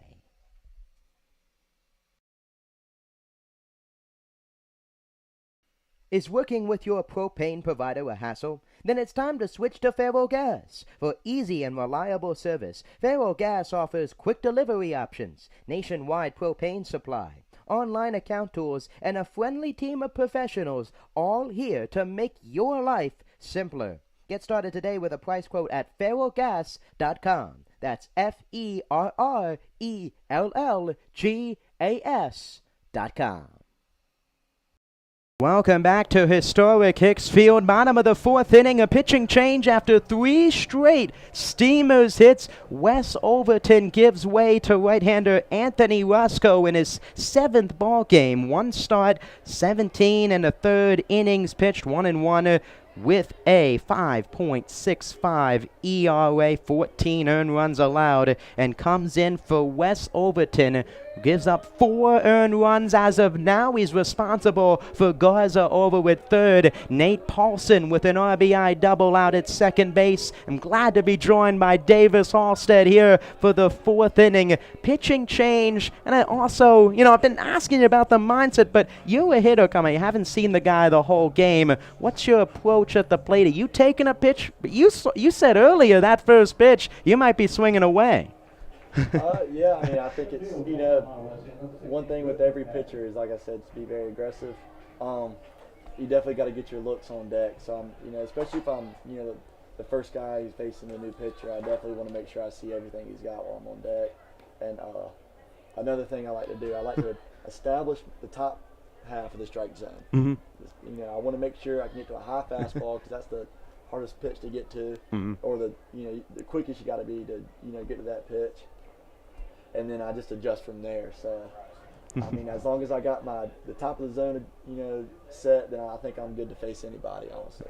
1 ball and 1 strike to Paget, and the 1-1 pitch from Roscoe, a fastball way inside.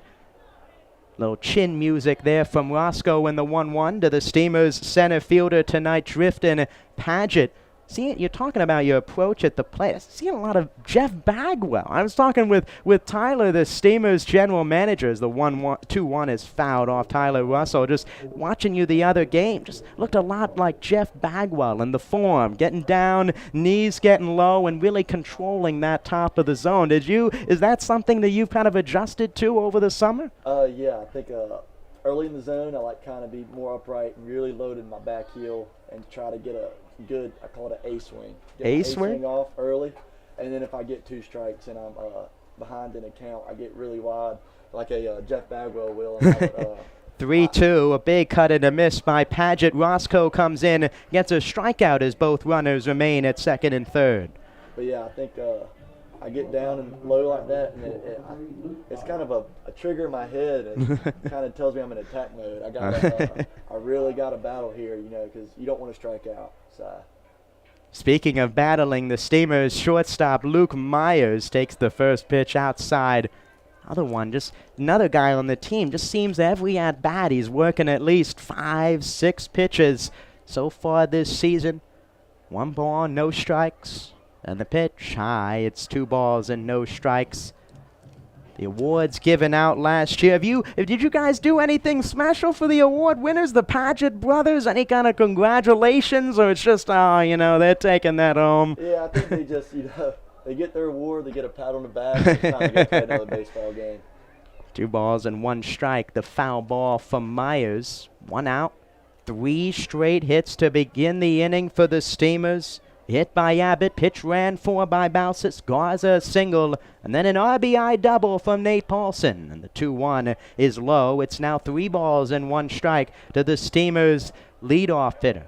I asked Bausis this as well. I asked a few of the players, is there a favorite road ballpark? Of course, you can't beat this atmosphere on any given night, but is there a favorite road ballpark for you?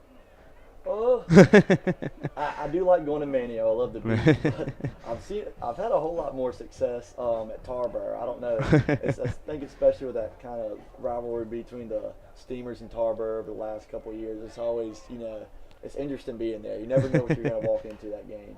3-2 pitch fouled off for Myers, and it remains 3-2.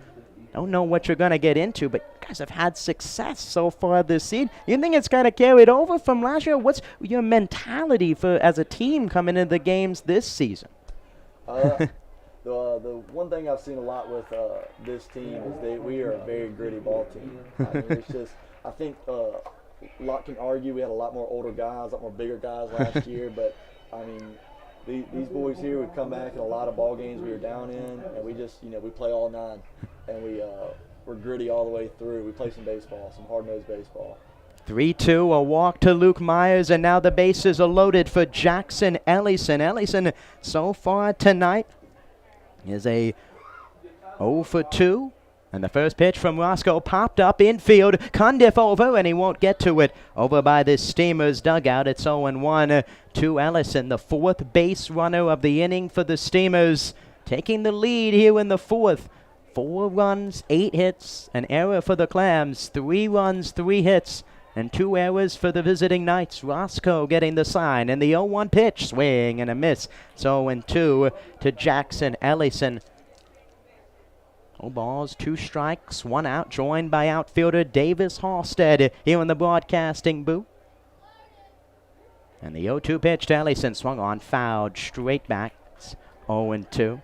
Talked about it a bit before the break, but Davis, Edenton native, talking about that relationship with the town. You, Hank, Chris, all from right here, playing high school at this very field. What's it like to don the teal and black and play at the same field over again for the fans?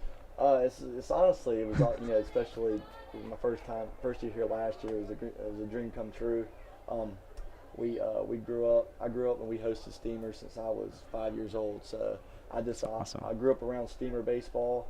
And it's always kind of been a dream come true to play here at Hicks Field in front of Edenton. So 0-2 is high. It's 1 ball and 2 strikes. But it's nice, you kind of feel like you're a fan favorite. I'm standing on deck, and I got 3 kids behind me telling me to hit a home run. So I guess there's a lot of pressure, but everybody's got your back too. A 1-2 pitch fouled off by Ellison. It's 1-2. And you're one of the favorites, too, at kids camp. You always see the kids coming up to you day asking for autographs. What's that like? You went to both kids camps, one of the few players that participated in both. What was that like? I just really like spreading my love to baseball to other, little kids. I love this game. It's done a lot for me, and I like to spread my love to, and help younger kids build a love for the game like I did. So. And talking about that nickname, Day. You've had it since you were young. Where did that start? Was that when you were a young child, just ready to go? What's the backstory? I believe I was little one day. My mom, she was a school teacher growing up, and the high school quarterback when I was very little here at Johnny Holmes, he was Day. And then I remember I was at a baseball tournament or something, and my mom called me Day. And I think from there on, it stuck since I was 6 years old, maybe. 1 ball and 2 strikes to Ellison after a pair of foul balls, and that one inside, and it hit the Steamers left fielder. Another one across here in the bottom half of the 4th inning. The 5th base runner, 3 hits, a walk, and then a hit batter, and now it's 5-3 Steamers. Hit batter to Ellison, and now Gabe Kirk, who's 1 for 2 with a single his last time, excuse me, up with the bases loaded. Yeah, I like seeing Jackson Ellison succeed here. I remember being in his shoes last year. Fresh out of high school, it's your first taste of college baseball. So, there's a kid you're always rooting for, and I think he's done a very good job here since Since coming in? So, 1-0 to Kirk. It's tied 2-0. What have you said to him so far? You're talking about, being in your shoes, like almost like a younger self of you, like coming in first season with the team, local kid. What's the first thing you kind of said to him when he came to the team? I kind of just told him just come out here every day and, get your reps, work hard, and just play ball like you have your whole life. Because all these guys they're just some baseball players just like you are. So. 3-0 to Kirk, and a fastball, high ball 4. Another run coming in without a base hit. A hit batter to Ellison. A walk to Kirk. The third run in of the inning as Paulson comes in. It's now a 6-3 ball game. Davis, I'm serious. A good luck charm. I think we should do these interviews every inning. Bowser's 4 runs across when he came in. 3 runs and counting as Chris Morris to the plate. Here was a mound visit. Yeah, 3 runs across. Davis, look at you, a clean inning in the top half, 3 runs in the bottom of the 4th. Jacob, down in the dugout, we have a thing called pulling your yard card on a player. Okay. If you pull your yard card, you get 1 yard card a game, and if he draws a walk or gets a hit, you get it back to draw it again. But it's like you're calling that this batter's going to hit a home run, and I told Chris today I was going to call it on him after his 3-run. Okay. Or his 3 home run night last night. So I think I'm going to pull my card out here on Chris. Yeah, here we go, folks. What an at-bat as Morris. He was swinging for the fences on that swing. It's 0-1. So, wait, does everyone have a yard card? And does it work for pitchers, too? Everyone gets a yard card. Okay. No balls and 1 strike to Morris, and a big cut and a miss. No balls and 2 strikes. The prediction right now, folks, not to jinx him, but pulling the, quote, yard card here on Chris Morris. Bases loaded, 1 out. 3 runs already across as the Steamers taking their first lead of the game as the 0-2 is high. It's 1 ball and 2 strikes. Talking about that really comeback, gritty mentality. 3 straight games with now comeback from at least down 3 runs. What's that been like for you, Davis? A big cut and a miss. Maybe not the yard card here in this at-bat as 2 outs as Morris goes down on strikes. Yeah, I definitely have to say something to him. I just lost my yard card. Giomar Santana coming up, but that grittiness for the team, playing all 9. What's that mentality in the dugout? Guys go down, always believe you're in the game. Is that the mentality? What's the message in the dugout? Yeah, it's kind of like we just, you don't really look at the scoreboard. We just go out there and play our game every single inning. You got to play 9 innings every game. We just go out there and take it inning by inning, play some hard-nosed baseball. 1 ball and no strikes to Giomar Santana from Anthony Roscoe, a relief pitcher for the Knights, and the 1-0 pitch in there for a strike on the fastball. 1 ball, 1 strike. 2 outs, bases loaded, 3 hits in the inning for the Steamers, and the bases loaded, and the 1-1 pitch to Santana, big swing and a miss. 1 ball and 2 strikes. 2 outs. Anthony Roscoe in for Wes Overton. Went the first 3+. Has given up 6 runs, 4 earned. As the Steamers offense coming alive in the middle innings for a 2nd consecutive game. The 1-2 check swing did not go around. 2 balls and 2 strikes. Talking about the yard cards and the celebration. Are there any other rituals I'm missing out on in the dugout that you guys have during the game? That's about it for us. I'm sure there's some guys up here that have their own little rituals, and some of them probably aren't, very. They're probably pretty nasty. Probably not YouTube appropriate. 3 balls, 2 strikes. Runners go. Fastball high, ball 4. Another run across for the Steamers here in the 4th. The 4th run across. The 2nd straight on a walk or a hit batter, and it's now 7-3 as Santana goes to first. Jacob, speaking of rituals, when I was 12 years old, when I was 12 years old, I had a pair of Derek Jeter socks, and I remember I won one day and hit a home run. Okay. So every single game when I was 12 years old, I'd wear the same pair of Derek Jeter socks, and I'd wear them until I wore holes into them. Even when I had holes, I had 4 toes sticking out, and I'd still go play baseball in them. So. Oh my goodness! A 1-0 pitch to Johnson is high, 2-0. Is that you a guy? I guess with that superstitions. You have any superstitions you have right now? I think the only thing I do now, you know, some of my family members have asked me about it. When I go up to bat, I always tap the barrel, tap the knob, and then tap it on my thigh. And that was just something that I got used to. I think I did it one time last summer, and then I started doing every single at bat, and now I can't go up to that bat without doing it. So. 3 balls and no strikes to Ty Johnson as Anthony Roscoe struggling to find the zone, and the 3-0 is high, ball 4. The third bases loaded walk of the inning as the Steamers circling the bases here in the bottom half of the 4th. The 5th run across, and it's now 8-3. And now coming up, Ben Bausis, who pitch ran for Tate Abbott at the beginning of the inning, now coming up in his first at-bat as the Steamers have batted around here in the bottom half of the 4th. Roscoe getting the sign, and the pitch to Bausis is on the outside corner for a strike. That fastball command for Roscoe, struggling in the inning, coming out of the bullpen after Wes Overton. Really strong. Gave up 3 runs in the second inning as the 0-1 is in there for a strike. It's 0-2. Well, yeah, we played a fun one in Tarboro the other night. Ben really put us on his back the other night. I think he came in with 3 innings of relief. Came in, shut the door, picked up a hit late in the game. Picked up an RBI hit late in the game. That one gets behind Tone, another RBI, another one comes in for the Steamers on a pass ball, and it's now 9-3. Steamers in front. Talk about the impact of Ben. You got Chris Morzang down, like the two-way guys. How do you think those guys have really shaped in and made their impact as well? It definitely makes the player very valuable when you can go and play on both sides of the ball like that. 1 ball and 2 strikes from Roscoe. Fastball misses outside. It's 2-2. Jacob Smedley joined alongside Steamers outfielder Davis Halstead. 6 runs across here on the bottom of the 4th. Might have to stick around, Dave. As we were talking about, the way things are going, the 2-2 to Bausis is outside. 3 balls and 2 strikes. 3 balls and 2 strikes to Ben Bausis.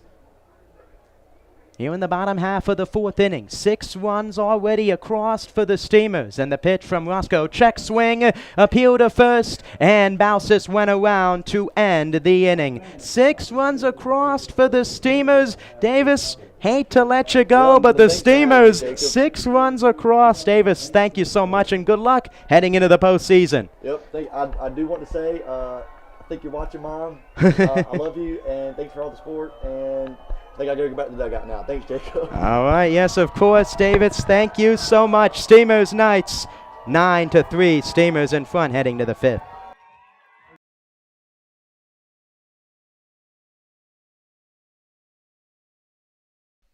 Is your kid a fan of the Clam? Why not sign them up for the Steamers Kids Club, presented by Weatherly Insurance? Membership is free for all kids ages 12 and under. They receive 4 free tickets, a club t-shirt, a discount to baseball camp, an invitation to an exclusive meet and greet event with the players, and much more. You can visit EdentonSteamers.com and download a registration form today.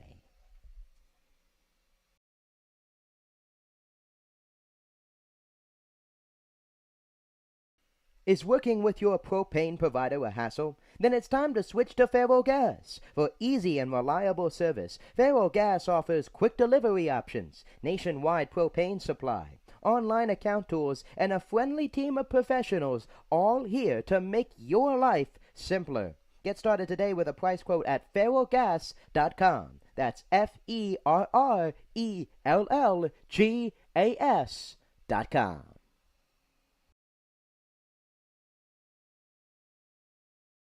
Well, fans, summer is here. You know what that means. Graduation, parties, and cookout season. The Steamers Party Tent is the perfect place to host your next get-together. Schedule a picnic before the game for your next birthday bash, family gathering, or business rendezvous. It's the classic choice for family summer fun. Call the office at 482-4080 for more details.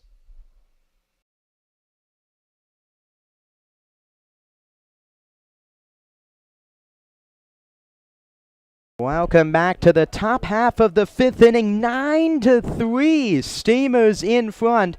scoring 6 runs in the bottom half of the 4th inning on 3 hits and 4 walks. And the first pitch from New Steamer's arm, and shortstop going to the mound, Luke Myers, and it's 1-0 Miller, McDonough, and Tone. A little sidearm action on the hill from Luke Myers, his first appearance of the season, and the 1-0 grounded on the infield. Bausis, the new second baseman, could not corral it, and Miller reaches on an error by the new second baseman, Ben Bausis. The changes in the field for the Steamers. Bausis in an Abbott's spot in the lineup. He's at second base. Ty Johnson moves from second to short, and Myers comes from shortstop on to the mound, and now a leadoff base runner, the second error of the night for the Steamers. 2 for each side. And Scott McDonough up to the plate. McDonough tonight 1 for 2, a run scored. First pitch outside. It's 1 ball and no strikes. Thank you to Davis Halstead for coming in, talking with me the good luck charm. Now 10 runs in the 2 innings. Steamers have come on the broadcast. Miller going off of first. Ball inside, and Miller into second base safely. A stolen base for Brody Miller, and a runner in scoring position for the Knights here in the top half of the 5th. Looking to get a few runs across for the Steamers. Once again, exploding in the middle innings as the 2-0 is inside. 3-0. From the side armor out on the mound, Luke Myers, the 3-quarter delivery. Abbott, Kirk, and now Myers. And a big cut and a miss by McDonough on the tie fastball. A lot of these guys pitching in high school, not only playing on the infield, now getting a chance to do it again here in the final game of the season. 3-1, fly to right. Paulson over, he's in next to the line. He makes the catch, going from second to third is Miller. The throw from Paulson is a good one. The throw is by Garza. Just up the line, a strong throw from Paulson. Miller goes over to third on the fly ball. And now there's 1 out, and coming to the plate is Jake Tone, who has a hit, a walk. He's reached base twice and has a run scored. Abbott and Kirk both pitching scoreless innings out of the bullpen for the Steamers. At the first pitch in there for a strike, Myers looking to keep it going as the Clams bringing in the infield to pitch tonight. The 0-1 to Tone is outside, 1-1. Head coach Justin Hill putting some of the position players in there tonight, with both teams already set to play each other in the playoff series. As the 1-1 way inside, it's 2-1. Steamers officially clinching the number 1 seed in the playoffs a few weeks ago, when the Knights, the representative out of the Tidewater Summer League, as the 2-1 pitch from Tone is popped up foul. It's 2 balls and 2 strikes. Playoff series will start Monday. All the coverage will be right here on the Edenton Steamers YouTube page. Knights will be the home team for Game 1 right here at historic Hicks Field. The 2-2 fouled off. Steamers will be home Games 2 and the 3rd game, if necessary, on Wednesday. On the other side of the bracket, the Outer Banks Scallywags and the Tarboro River Bandits. In the other semifinals matchup, 2 balls and 2 strikes, and the pitch to Tone. High and outside. Myers mixing it up out on the hill. A fastball. Moving over the top delivery. 3 balls, 2 strikes. And the pitch to Myers. Sidearm swing and a foul tip at the in and out of the glove of Santana, and it remains 3-2. Fastball right there. Hit in and out of the glove of the catcher, Giomar Santana. 3 balls, 2 strikes. And the pitch. Swing and a miss. He struck him out with a fastball. Luke Myers strikes out Jake Tone, and now there's 2 outs for Kenny Shadle. Another strikeout for a Steamers position player here tonight. Abbott with 1, Kirk with 1, and now Luke Myers looking to strand another Knights base runner as Kenny Shadle to the plate. And the first pitch from Myers is swung on, grounded up towards short and into center field, a base hit. In to score is Miller. A diving attempt by Johnson, couldn't get to it. And an RBI single for Kenny Shadle, a 2-out hit, and it's now a 9-4 ball game. Fastball inside half. Shadle ripping it right up the middle. He continues his hit streak. He's now hit in 4 straight games, and he's reached base 2 out of his 3 times, and now Zach Will up. Will 0 for 2 with a strikeout. A good pitch by Myers, just excellent piece of hitting by Kenny Shadle. The first pitch is fouled off, so no balls and 1 strike. Excellent piece of hitting on the fastball inside. A score update from the other ball game tonight. River Bandits leading the Scallywags 1-0 as the 0-1 is inside. It's 1 ball and 1 strike, bottom of the 5th in that ball game. 1 ball, 1 strike, 2 outs, 9-4 ball game here at historic Hicks Field. And the pitch to Will, swung on, grounded right back to Myers. Quickly off the mound, tosses it to first, in time to get Will. 1 run across on 1 hit for the Knights, an RBI single from Kenny Shadle. We go to the bottom of the 5th, 9-4, Steamers in front.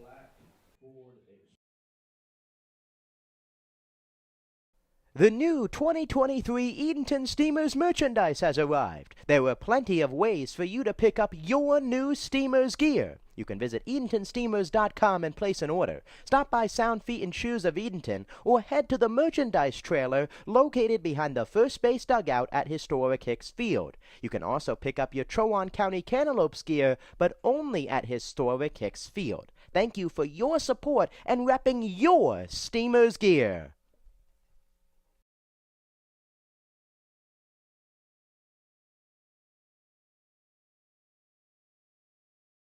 Well, fans, summer is here. You know what that means. Graduation, parties, and cookout season. The Steamers Party Tent is the perfect place to host your next get-together. Schedule a picnic before the game for your next birthday bash, family gathering, or business rendezvous.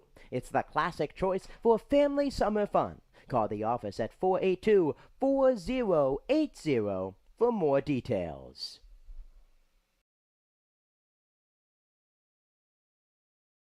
Is working with your propane provider a hassle? Then it's time to switch to Faro Gas. For easy and reliable service, Faro Gas offers quick delivery options, nationwide propane supply, online account tools, and a friendly team of professionals, all here to make your life simpler. Get started today with a price quote at ferrogas.com. That's FERRELLGAS.com. Welcome back to historic Hicks Field, a 9-4 ball game as we head to the bottom half of the 5th inning. A new pitcher out on the mound for the Greenbrier Knights. The third of the ball game, right-hander John Hawley, who started the game as the designated hitter, as both teams now have sacrificed the extra hitter, now the designated hitter for the Knights. Hawley coming in for Anthony Roscoe. Roscoe going just an inning, gives up 3 runs, 2 earned runs, no hits. He walked 4 guys, 3 strikeouts. John Hawley, so far on the season for the Knights, has been one of the team's best pitchers. He's pitched the most, 7 games pitched, 3 starts, 18 1/3 innings pitched for the right-hander. 14 hits, 4 earned runs allowed, 24 strikeouts, and a 1.52 ERA. Pitched in the June 8th ball game against the Steamers, and also on the July 8th game. Went 5 1/3, his best start of the season. He's due up against Ty Garza, Nate Paulson, and Drifton Paget. The bottom of the lineup for the Steamers that did damage in the bottom half of the 4th. 6 runs in the bottom of the 4th for the Steamers, brought to you by Faro Gas. Easy propane service starts here when the first pitch from Hawley to Garza is swung on and fouled off. Garza with a hit in that 6-run 4th inning, scored a run as well. Hopefully that can get him going. Past few games, a lot of strikeouts, a lot of empty swings and attempts at the plate for Ty Garza tonight. 1 for 2, a run scored, an RBI. It's a quick mound visit from Tone to the right-hander John Hawley. No balls, 1 strike. And the pitch. Swung on, line drive, right field, coming in is Miller. He dives, he can't make the catch. Garza around first, he's heading for second. Miller retreats to it by the warning track. Garza around second, he's heading for third. The throw in is cut off. And Ty Garza, a single and then an error as we're still waiting on the full result here. As of now, a single and an error going to get charged to Miller. Garza around to third as Nate Paulson to the plate. A fly ball in shallow right. Miller trying to lay out for it to make the catch. It went underneath his glove and was trouble into right field. And a triple for Ty Garza. No error on the play, as Miller did not make contact with it, as the first bit and time is called from home plate umpire Eddie Oggins, and a balk is called. Garza coming in, walking out to talk with Hawley, who's giving his side of things. Garza comes in to score the Steamers' 10th run, and one batter in and a run across. A triple for Garza, his first of the season, the fourth for the team. And now a balk by John Hawley to bring in a run, as home plate umpire Eddie Oggins explaining to assistant coach David Slaughter and pitcher John Hawley the explanation. A little twitch from the right-hander, allowing Garza to score. And the conversation continuing on the mound. 10-4 ball game. 9 hits now for the Steamers. All over the lineup so far tonight. A hit from Kirk, a hit from Morris, a hit from Johnson, 2 from Tate Abbott before he exited the ball game. Garza now has 2. Paulson with 1. Drifting Paget on deck. He has another. As the explanation coming to a close, as the umpires now convening. Byron give him the hand wave. Slaughter putting his hands high up in the air. As Byram West and Oggins coming together. 10-4 ball game in the 4th matchup between the Knights and the Steamers. The Steamers have won the past 2 by a combined score of 12-3. Haven't scored more than 7 runs against the Knights this season. Clams have put 10 on here tonight, including now 7 here in the last 2 innings. An umpire conference out on the Hill, thanking the umpires all season. Coming for the game, showing up. An excellent game calls all around from the umpires, and awarding Garza home plate. Eddie Oggins makes the call and confirming it after talking with Gavin West and Eric Byram, and now West and Byram giving separate explanations to the Knights. West to third baseman Colt Cundiff. Little demonstration going on as Nate Paulson now as a batter got a little delay. Just so great to hear from Halstead. That connection from the returners got the guys coming back, and their impact on the team has been huge throughout the ups and downs. While a different team has come together, still have that same connection. It carries into the rest of the team. Conversation over. The triple by Garza, and then coming around to score on the balk from Hawley. Now an even slate with Nate Paulson up. And the first pitch to Paulson is a fastball on the inside corner for a strike. It's 0-1. Nate Paulson, a single his last time. 2 RBIs. A run scored, an RBI double in the bottom of the 4th inning. His first extra base hit of the season for Nate Paulson. And the 0-1 pitch to Paulson, a fastball fouled straight back. It's 0-2. Nate Paulson hit a run scored, came into the game a 129 batting average. Last season's team MVP, looking to heat it up. He started a past few games getting it going as the 1-2-0-2 line to short. And a hard hit from Paulson right to the shortstop Will, and now there's 1 out here in the bottom of the 5th. 1 out, and now drifting Paget. In little words from Paulson heading back to the dugout. A fastball from Hawley. Hit it on the screws, but right to the shortstop. And now drifting Paget. 1 for 2, a strikeout And it hit his last time. And the first pitch on the outside corner for a strike. It's 0-1. No balls and 1 strike. Paget, Drifton Paget and Chandler Paget becoming the first set of brothers to win team awards at the end of the season. Paget taking home the Goodman Glove Award. Chandler Paget taking home the Evans Pitcher of the Year Award. No balls and 2 strikes. As Harley working quickly here in the 5th, and a called strike 3. An excellent breaking pitch from the right-hander from Bryan and Stratton College. And there's 2 outs.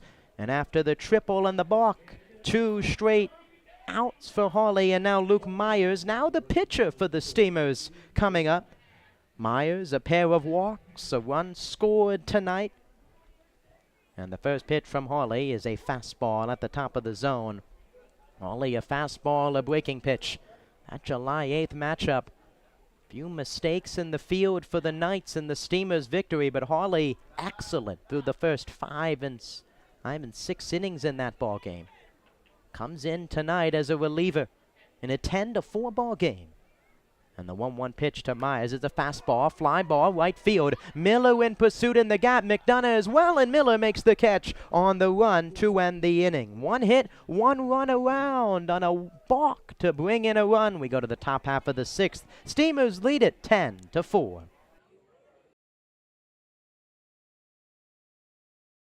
Well, fans, summer is here. You know what that means. Graduation, parties, and cookout season. The Steamers Party Tent is the perfect place to host your next get-together. Schedule a picnic before the game for your next birthday bash, family gathering, or business rendezvous.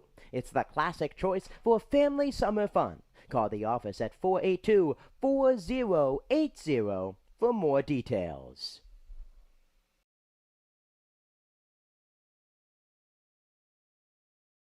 The new 2023 Edenton Steamers merchandise has arrived. There are plenty of ways for you to pick up your new Steamers gear. You can visit EdentonSteamers.com and place an order. Stop by Sound Feet and Shoes of Edenton, or head to the merchandise trailer located behind the first base dugout at historic Hicks Field. You can also pick up your Trowon County Cantaloupes gear, but only at historic Hicks Field. Thank you for your support and repping your Steamers gear.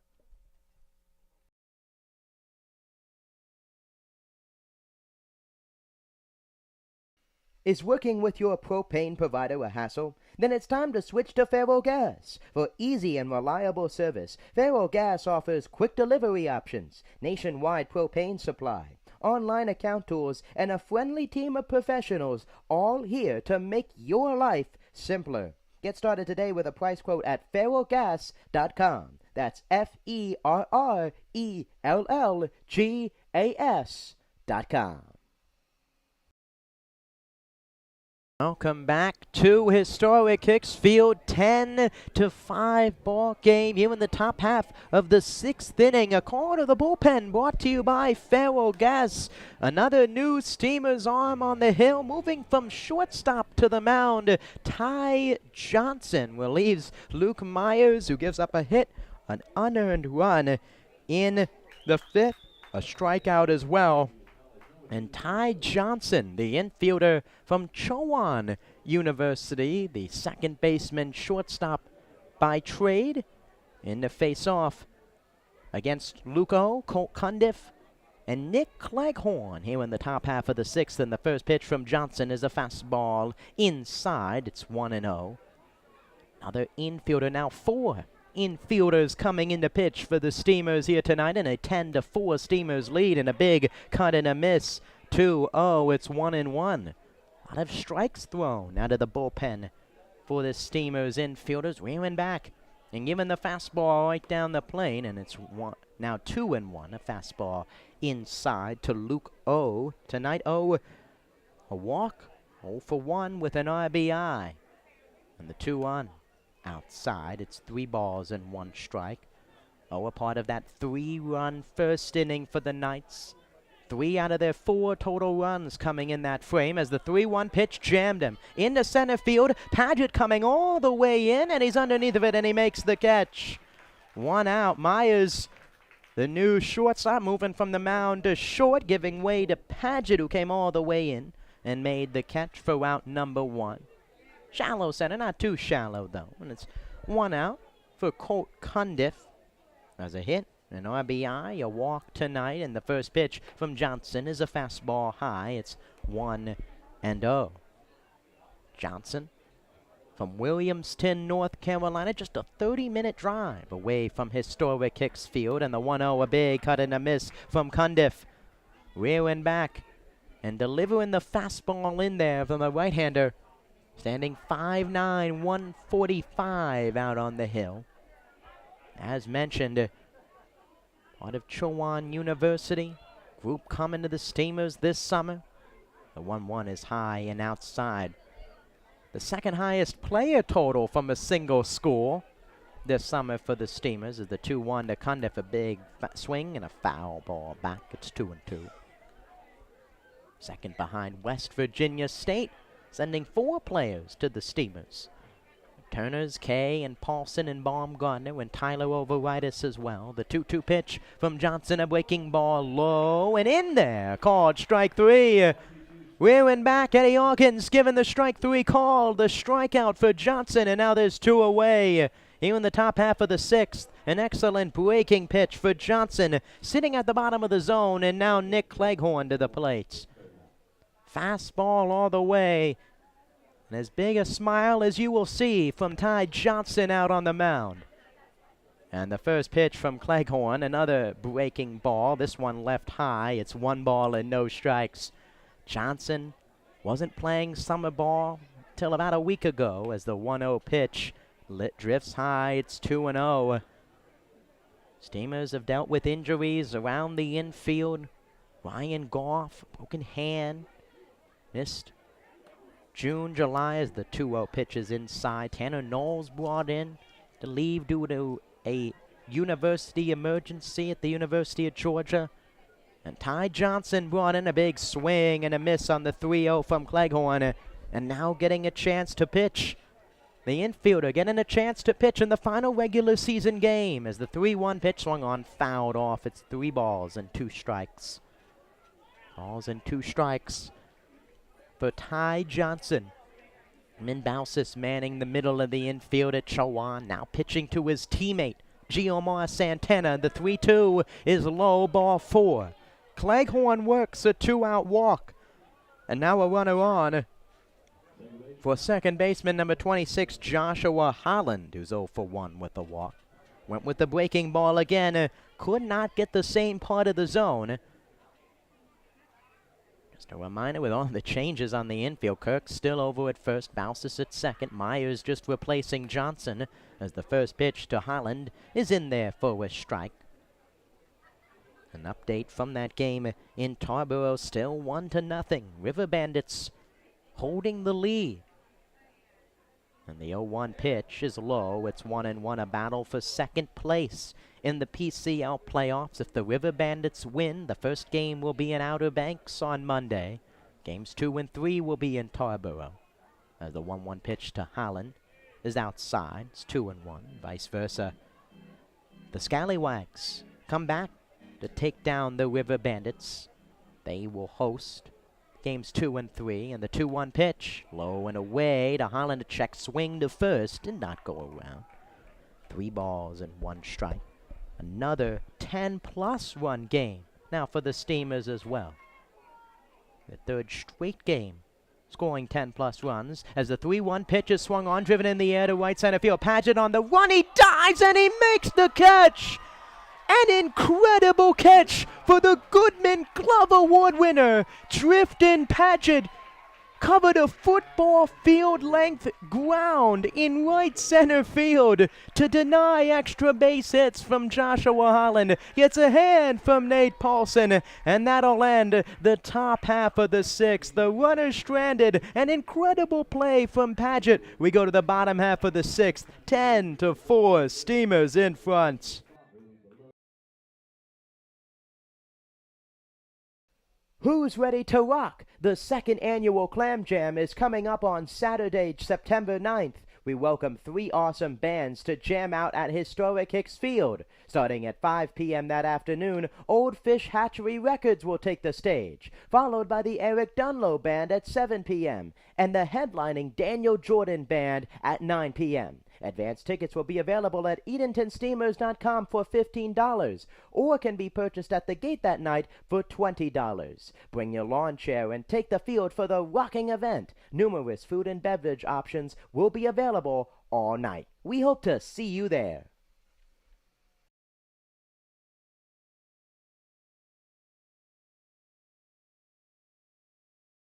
Well, fans, summer is here. You know what that means. Graduation, parties, and cookout season. The Steamers Party Tent is the perfect place to host your next get-together. Schedule a picnic before the game for your next birthday bash, family gathering, or business rendezvous. It's the classic choice for family summer fun. Call the office at 482-4080 for more details.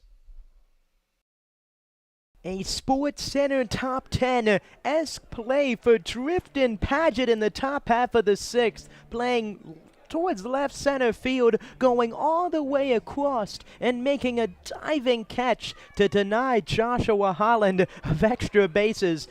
The celebration on the mound from Ty Johnson says it all. The hands in the air after the incredible catch for Drifton Paget.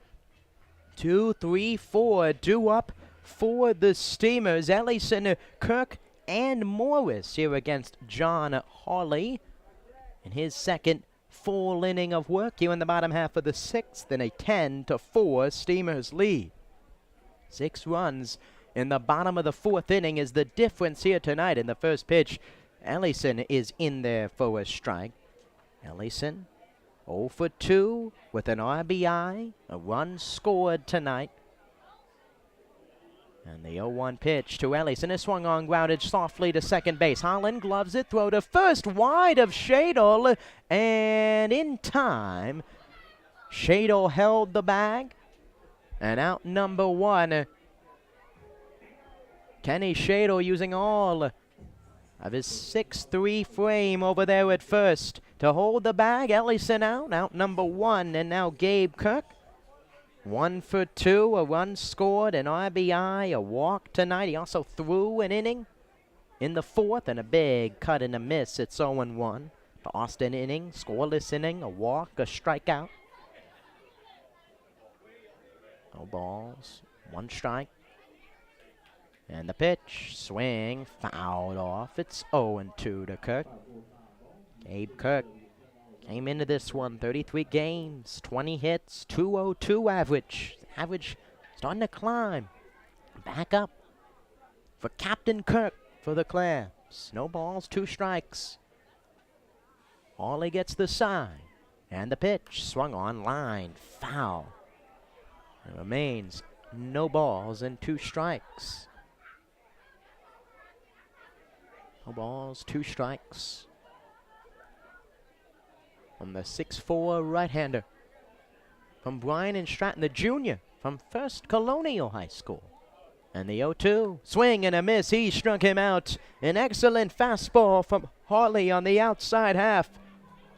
Hawley recording his second strikeout of the game. And now Chris Morris coming up with 2 outs. Morris 1 for 3 tonight with a strikeout after his monster performance last night against Outer Banks. He has a hit and 3 at-bats. And the first pitch from Hawley, first pitch curveball in there for a strike. It's 0-1 with the soft stuff to Morris. Launched a breaking ball over the wall last night. Has made a lot of hard contact against the fastball and a big cut and a miss. It's 0-2. No balls, 2 strikes. Davis say earlier, the card, a walk card. Putting on Morris. No balls, 2 strikes, a big swing, a foul ball, third base side. No balls, 2 strikes, 2 outs in the bottom of the 6th inning. A 10-4 Steamers lead. And 6 runs in the bottom of the 4th against Overton and Anthony Roscoe. The 0-2 from Hawley is high. It's 1 ball and 2 strikes. Morris, along with Davis Halstead, joined me earlier, part of that Edenton connection. Going straight from the Aces, playing a college ball. Big cut and a miss by Morris. Swing and a miss, his second strikeout of the game. A 1-2-3 inning for John Hawley in the bottom of the 6th. We go to the 7th, 10-4, Steamers in front.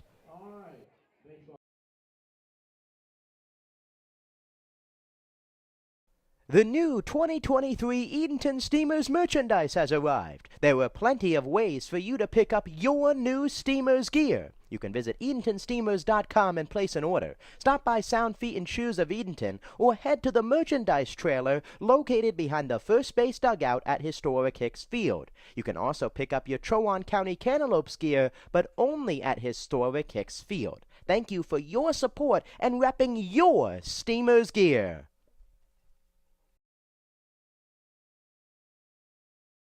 Who's ready to rock? The second annual Clam Jam is coming up on Saturday, September 9th. We welcome 3 awesome bands to jam out at historic Hicks Field. Starting at 5 p.m. that afternoon, Old Fish Hatchery Records will take the stage, followed by the Eric Dunlow Band at 7 p.m. and the headlining Daniel Jordan Band at 9 p.m. Advance tickets will be available at EdentonSteamers.com for $15 or can be purchased at the gate that night for $20. Bring your lawn chair and take the field for the rocking event. Numerous food and beverage options will be available all night. We hope to see you there.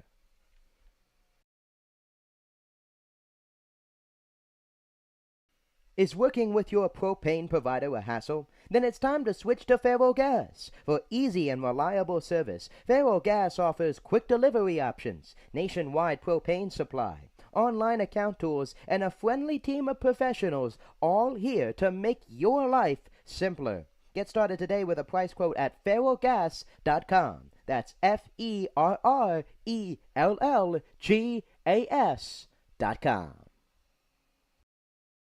Welcome back to historic Hicks Field. Another call to the bullpen brought to you by Faro Gas. We've had a lot of them tonight for the Steamers. Jackson Ellison, the next arm employed, the left fielder for the first 6 innings of the ballgame, coming in for Ty Johnson, who goes an inning, allows a walk, a strikeout in there as well, helped out by an incredible defensive play for Drifton Paget.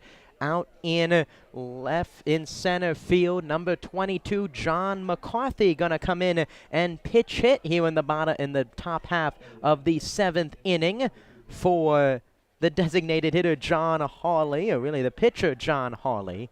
And the first pitch is outside, 1-0. Yes, a big congratulations to Jeremiah Boyd for the Steamers last season, the heart and soul winner. Really part of the heart and soul of the team last season, signing with the Arizona Diamondbacks. First professional contract.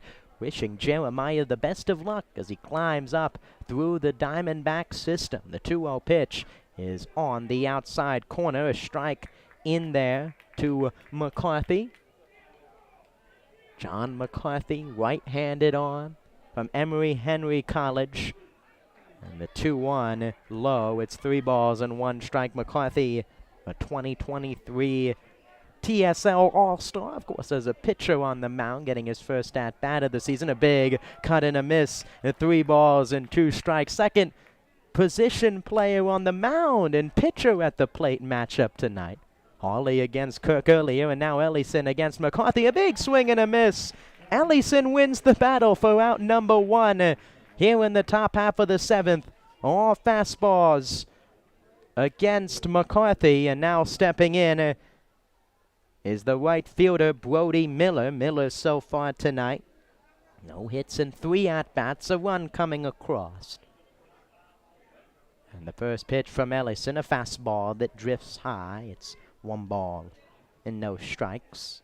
I have to imagine there's some sort of competition from all of the guys coming in. Well, having to add in some new warm-up songs as well in between innings. Trying to outdo one another here tonight in the final game of the regular season. 2 balls and no strikes, and the pitch to Miller was swung on, tapped right in front of the mound. Ellison off the mound, gloves it, throw to first, high, and Kirk stays on the bag for out number 2. A 2-0 fastball jamming Miller, and Ellison, like a true outfielder, coming off the mound, fielding it. The throw was high, and now 2 outs for the center fielder, Scott McDonough. A lot of strikes thrown from the position players here tonight, just rearing back, throwing it into the zone and letting the defense work. 2 outs, and now McDonough is 1 for 3 with a run scored. He takes a pitch inside. Only hit tonight coming in the first inning, a 3-run first. Like one of those nights for the Knights at the plate. The 1-0 inside. 3 runs across on 3 walks by Cole Taylor. Gave up 3 runs in 2 innings. The position players tonight for the Steamers, of that 2-0 is way inside. Done a leg out there as that takes the fastball close inside. It's now 3 balls and no strikes. To Scott McDonough, University of Arkansas at Little Rock. And the 3-0 swung on, popped up on the infield. Kirk coming in, Ellison giving way, Santana underneath of it, he makes the catch. 1, 2, 3 inning out of the pen, a strikeout, a pop out, and a ground out for Jackson Ellison. We go to the bottom half of the 7th, 10-4, Steamers in front.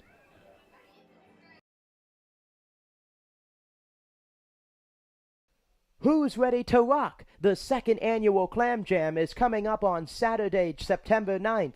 We welcome 3 awesome bands to jam out at historic Hicks Field. Starting at 5 p.m. that afternoon, Old Fish Hatchery Records will take the stage, followed by the Eric Dunlow Band at 7 p.m. and the headlining Daniel Jordan Band at 9 p.m. Advance tickets will be available at EdentonSteamers.com for $15 or can be purchased at the gate that night for $20. Bring your lawn chair and take the field for the rocking event. Numerous food and beverage options will be available all night. We hope to see you there.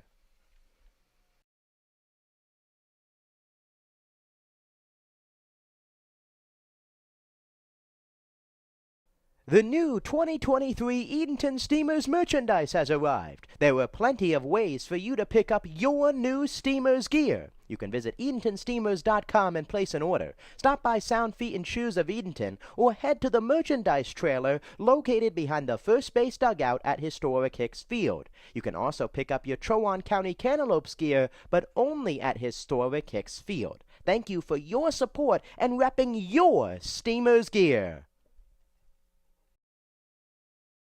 Welcome back to historic Hicks Field. Fireworks for the final time, the final regular season home game tonight. Fireworks after the game and fireworks on the field during the game. 6 runs in the bottom of the 4th inning for the Steamers. They lead it 10-4.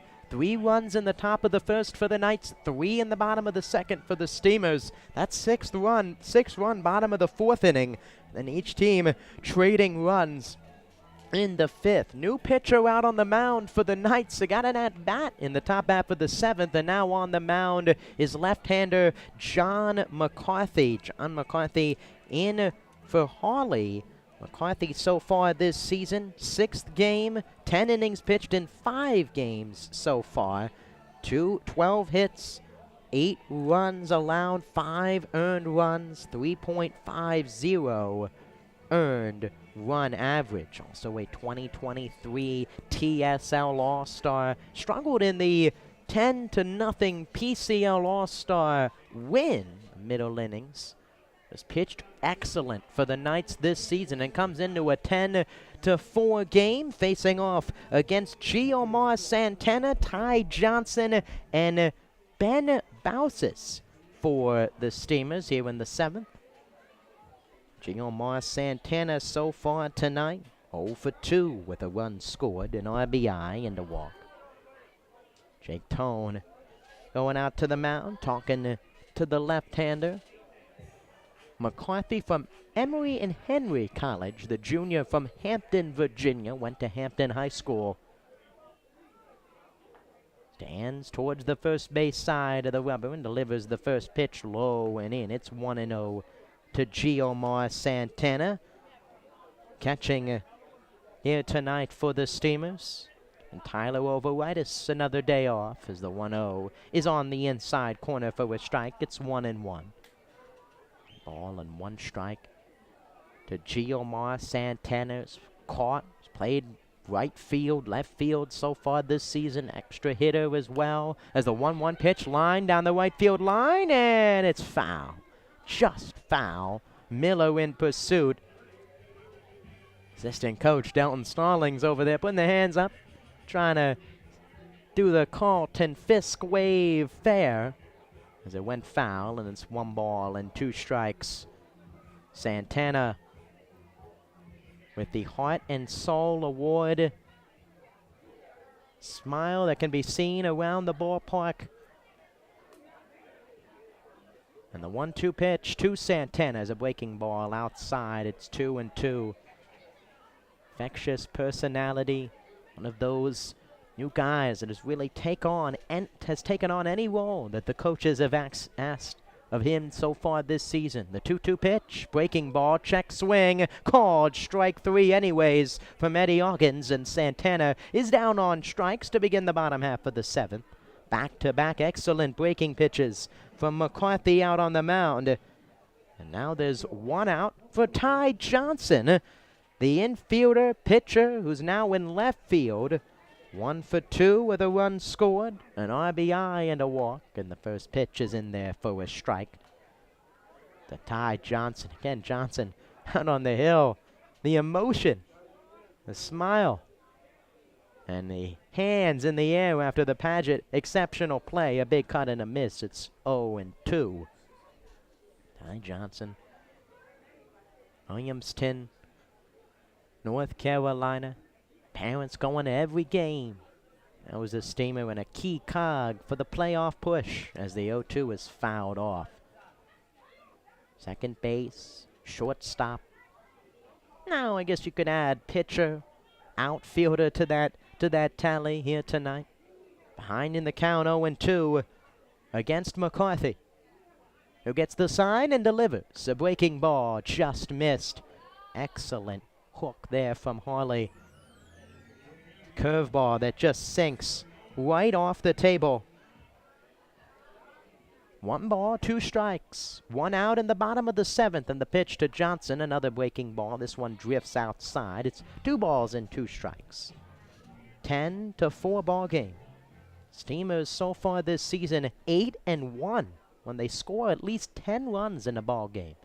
The 2-2 swung on, grounded softly up to third. Cundiff gloves it on the run. The throw to first is high. Shadowed off the bag and no tag applied. And Johnson will reach. An error gonna go against Cundiff. His 3rd of the ball game. All 3 errors for the Knights have been to the 3rd baseman, number 6, Colt Cundiff. And Ty Johnson is on for the 3rd time tonight, and now Ben Bausis up for his 2nd at-bat. A late entrant into the game came in for Tate Abbott, who got a hit in both of his at-bats, a run scored in RBI, and now Bausis. Strikeout, a run scored. That first pitch is in there for a strike. It's 0-1. No balls, 1 strike to the fellow infielder, 2-way player. Chowan University, Ben Bausis, the 0-1, swung on, fouled off. It's 0-2. No balls, 2 strikes to Ben Bausis. Johnson over at first. And Ty Garza, who has a pair of hits in the on-deck circle if the inning continues. McCarthy gets the sign and delivers the 0-2 pitch. Fastball, low, and in. It's 1 ball and 2 strikes. 1 out. 9 hits for the Steamers. Just 2 batters with multiple hits. Abbott with 2. Ty Garza with 2, including a triple his last time. McCarthy ahead in the count, 1-2, and the pitch, a fastball. Misses outside. It's 2-2. 2 balls and 2 strikes. Infield shaded up the middle. Looking to turn 2. A hole on the left side of the infield. Cundiff behind the bag, Shadle guarding first. And the 2-2 pitch to Bausis. A fastball high, and it now goes 4-3-2. McCarthy ahead in the count. 1-2 is now falling behind. It's been with that fastball. Breaking ball he's had success with. Bausis guarding the plate. And the 3-2 pitch, fastball, swung on, fouled off. And it goes to 3 balls and 2 strikes. The final game of the regular season here tonight, just kind of a season in review. Steamers starting off the year with 5 straight wins in June. Pair of losses, one against the Knights as the 3-2 is inside. Bausis works a 1-out walk. And an error for Cundiff allows Johnson a reach and a walk to Ben Bausis, bringing up Ty Garza to the plate. Pair of losses at home to the Knights and River Bandits. Some wins, Scallywags, River Bandits. Few losses sprinkled in, but only 5 losses in the month of June for the Steamers. And the first pitch to Garza's low, in and out of the glove of Tone. It's 1 ball and no strikes. In July, back and forth, 4-game winning streak. Start off with wins, 2 wins over the River Bandits, 2 wins over the Greenbrier Knights.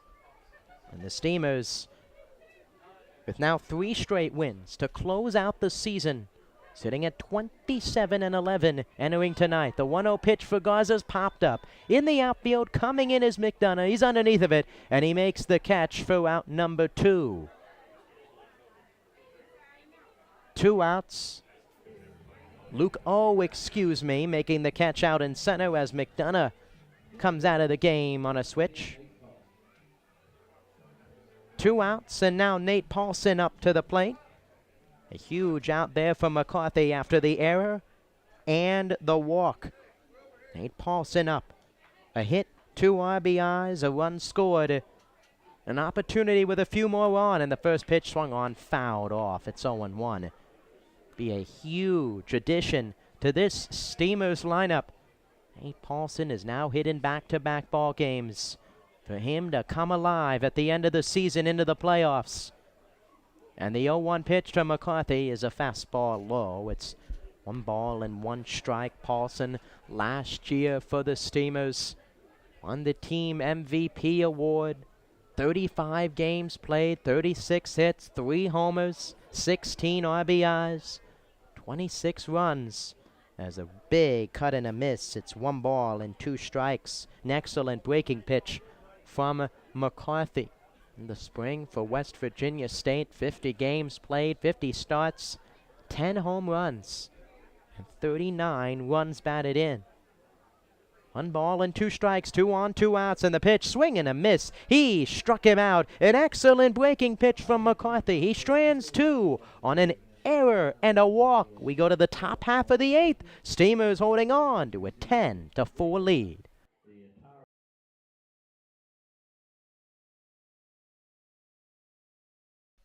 Is your kid a fan of the Clam? Why not sign them up for the Steamers Kids Club, presented by Weatherly Insurance? Membership is free for all kids ages 12 and under. They receive 4 free tickets, a club t-shirt, a discount to baseball camp, an invitation to an exclusive meet and greet event with the players, and much more. You can visit EdentonSteamers.com and download a registration form today.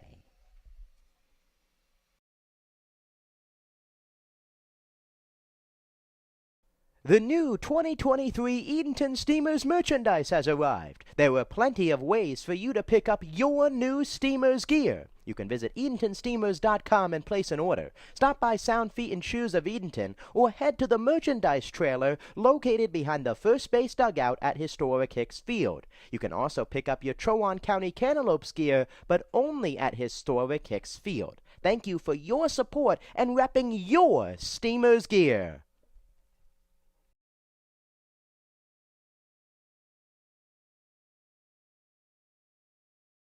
Well, fans, summer is here. You know what that means. Graduation, parties, and cookout season. The Steamers Party Tent is the perfect place to host your next get-together. Schedule a picnic before the game for your next birthday bash, family gathering, or business rendezvous. It's the classic choice for family summer fun. Call the office at 482-4080 for more details. Welcome back to historic Hicks Field. Another call to the bullpen for the Steamers. Brought to you by Faro Gas. Easy propane service starts here. Another position player out on the mound for the Clams. Driftin Paget, brother of Chandler Paget, the Steamers ace this season. Driftin getting a chance on the mound in the first pitch. Swung on, fouled off from Jake Tone. Tone, Shadle, and Will in the heart of the Knights order here tonight. And the 0-1 outside. It's 1 ball and 1 strike. Just 4 runs on 4 hits for the Knights offense that scored 9 last night on the road against the River Bandits as the 1-1 is outside. Fastball outside. Paget, talking to Paget the other night before the ball game against Tarboro as the 2-1, a big cut and a miss, just tossing around in the outfield. Asking him if he's ever pitched to Chandler out on the field. Chandler batting as the 2-2 is fouled straight back. Paget said no, it's just been a while. Back, tossing the wiffle ball, tennis balls around when they were younger. The 2-2 pitch to Tone, way inside. It's 3 balls and 2 strikes. 3 balls and 2 strikes. Tone 1 for 2, a run scored and a walk. And the 3-2 pitch from Paget swung on, popped up, foul. Paget getting the ball. He's ready to go out on the mound. Just toes the rubber. Gets the sign. And the pitch. Fastball high, ball 4, a leadoff walk for Tone, who's on for the 3rd time tonight. Here in the top half of the 8th, and now Kenny Shadle is 1 for 2. He has a walk as well, an RBI, a run scored. First baseman for the Knights tonight, set to attend Lewisburg College, the transfer from Georgia Tech. And the first pitch from Paget out of the stretch is outside. It's 1-0. Imagine 2 pitching out of the stretch. Some of these guys not pitching at all, maybe since high school. And the 1-0, swing and a miss, a big cut by Shadle, spins out of the batter's box, and it's 1-1. Paget, now the 6th position player, and only 1 unearned run allowed on the hill for the Clams. And the 1-1. Fastball on the outside corner. It's 1-2 to Shadle. An inning for Abbott. An inning for Gabe Kirk. Luke Myers surrendering the only run on an error by Balsas at second base. And the 1-2 swung on, line drive into center field, a base hit. Tone moves up to second, and 2 runners on against Paget here in the 8th inning. A single, the second hit of the game for Shadle. And now 2 on with nobody out. A walk. And now a single, and now coming up is Zach Will. The first hit for the Knights since that 5th inning against Myers. Now Zach Will to the plate. Will 0 for 3 with a strikeout tonight. Looking for a hit here. And the first pitch, a fastball outside. It's 1-0. Balsas shading towards second base. A hole on the right side for the Knights shortstop. With 2 on and nobody out in a 10-4 ball game. And the 1-0 pitch is high. It's 2 balls and no strikes. 2 balls and no strikes to Driftin Paget. Here in the top from Driftin Paget to Will. And the 2-0 pitch swung on, cued, and a leaping catch over at first by Gabe Kirk. A soft line drive was inches away from sneaking into right, and a leaping catch by Gabe Kirk over at first base. Can do it all tonight. A hit, an inning pitched, and now a leaping catch here in the 8th inning, and there's 1 out. And stepping in is now the center fielder, Luke O. As Scott McDonough switching from center field to the extra hitter tonight. The first pitch to O is way outside. It's 1 ball and no strikes. 0 for 2, an RBI, a walk tonight. Walk with the bases loaded in the first. The 1-0 is high. It's 2-0. Really the biggest threat for the Knights here in the 8th since that first inning. Loaded them up. Got a walk. Got a run across on an error as well. The 1-0. The 2-0 drifts high, and it's now 3-0 at fastball for Paget. It's been strictly fastball here tonight for the center fielder coming into pitch. Ellison going out to center field, replacing him as the 3-0 is high, ball 4. Second walk of the inning for Paget. Tone to third, Shadle up to second, and now the bases are loaded with 1 out for the third baseman, Colt Cundiff. Cundiff, one of just 4 nights with a base hit tonight. He's 1 for 2, an RBI, a walk, and a strikeout, and a big swing and a foul ball straight back. It's 0-1. Pitches so far for each pitcher. Really efficient. Abbott threw 9. Gabe Kirk threw 14. Myers and Johnson 19 and 21 as Paget up to 18 here in the 8th as the 0-1 is in there for a strike. A fastball on the outer half. No balls and 2 strikes. Paget back out of the windup, and the 0-2 pitch to Cundiff is low. It's 1 ball and 2 strikes. Infield all behind the bag. 1 ball, 2 strikes, and the 1-2 swung on, fouled off. Ball and 2 strikes. Have to imagine there's going to be some conversations from the pitcher Chandler after the game, maybe giving his brother some pointers. The 1-2, fastball high. It's 2 balls and 2 strikes. Cundiff up at the plate. Nick Cleghorn in the on-deck circle. 2 balls, 2 strikes. And the pitch swung on, cued out to second. Bouse is coming in, fields it, throws to first in time. Coming across to score is Tone for the night's 5th run, and an RBI ground out for Cundiff, and it's now 10-5. Bouse is a little staggered out at second, came up, fielded it, threw to first, and now Nick Cleghorn up. 2 outs here in the 8th. 0 for 2. And the first pitch is way outside. It's 1-0. Cleghorn 0 for 2 with a walk. A strikeout tonight from Chowan University. 1-0 in there for a strike. 1 of 2 Greenbrier Knights from Chowan. A little maybe reunion after the game as the 1-1 floated into right, and that'll fall, a base hit. 1-1 is in, coming around third and heading home, and the throw to second is not in time.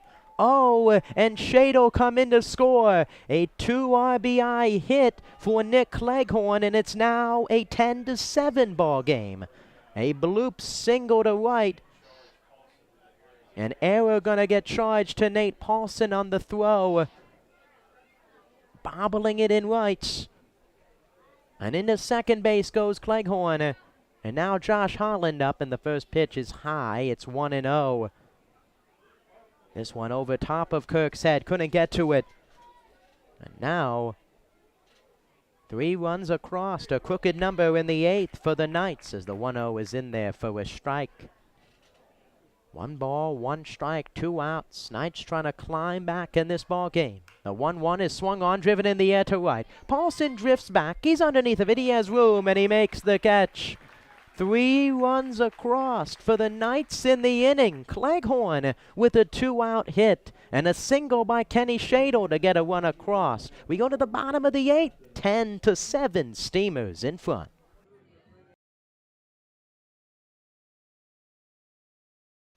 Who's ready to rock? The 2nd annual Clam Jam is coming up on Saturday, September 9th.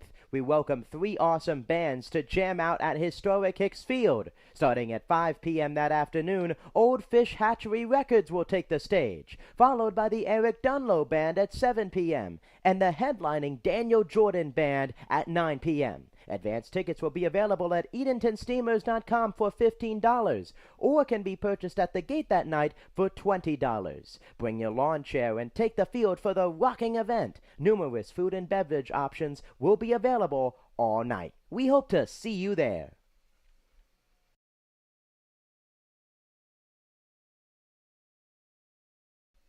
Is your kid a fan of the Clam? Why not sign them up for the Steamers Kids Club, presented by Weatherly Insurance? Membership is free for all kids ages 12 and under. They receive 4 free tickets, a club t-shirt, a discount to baseball camp, an invitation to an exclusive meet and greet event with the players, and much more. You can visit EdentonSteamers.com and download a registration form today. Welcome back to historic Hicks Field, bottom of the 8th inning. 3 runs across for the Greenbrier Knights in the top of the 8th against Drifton Paget. And Paget will lead off the bottom of the 8th. Paget, Myers, and Ellison. That's left-hander John McCarthy in for his second inning of work. On the mound tonight for the Knights, Wes Overton went the first 3 innings, gave up 8 hits, 6 runs, 4 earned runs, a walk, no strikeouts. Anthony Roscoe came in the 4th inning, gave up no hits, 3 runs, 2 earned runs, 4 walks, 3 strikeouts. Harley, 2 innings, a hit, a run scoring on a balk, and 3 strikeouts. And John McCarthy tossing the bottom of the 7th inning. No runs, a walk, and 2 strikeouts. And the first pitch to Paget is swung on, driven in the air to right center. On the run is Miller. Same with, and neither one of them can get it. It splits the gap. Paget around second. He's heading for third. The throw to third, cut off, and the throw is high, and it goes into the dugout. A triple, and then a wild throw, and a Little League home run for Drifton Paget here in the bottom half of the 11th. Talking about getting a run back after you give up 3 in the 8th on the mound. Drifton Paget finds the gap, goes around to third, and then a wild throw from Zach Will brings him in, and he gets maybe a little quieter celebration for the dugout coming around. But the old-fashioned Little League home run, triple and an error gonna get charged. The second triple of the game for the Steamers. After 3 coming into the game, Garza with 1, now Paget with 1, and a big cut and a miss by Myers. It's 0-1. Drifton Paget, his second hit of the game, joins Garza and Abbott. The Clams with multiple hits.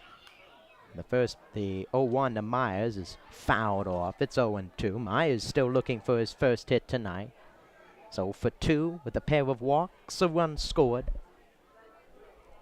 Then the 0-2 pitch to Myers, a breaking ball in there, called strike 3. Excellent breaking pitch from McCarthy. Has had that pitch dialed up tonight, working the bottom of the zone, and Myers his first strikeout of the night. And now Jackson Ellison, along with Myers and Paget, pitched an inning tonight, playing the field. At the plate, an RBI, a run scored.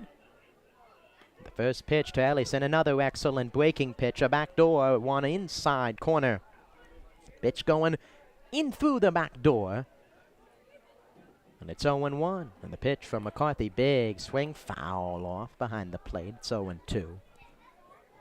Guy like Ellison, some of these just recent high school graduates. It's like a return to the past, like a high school game tonight. Multiple guys in the field.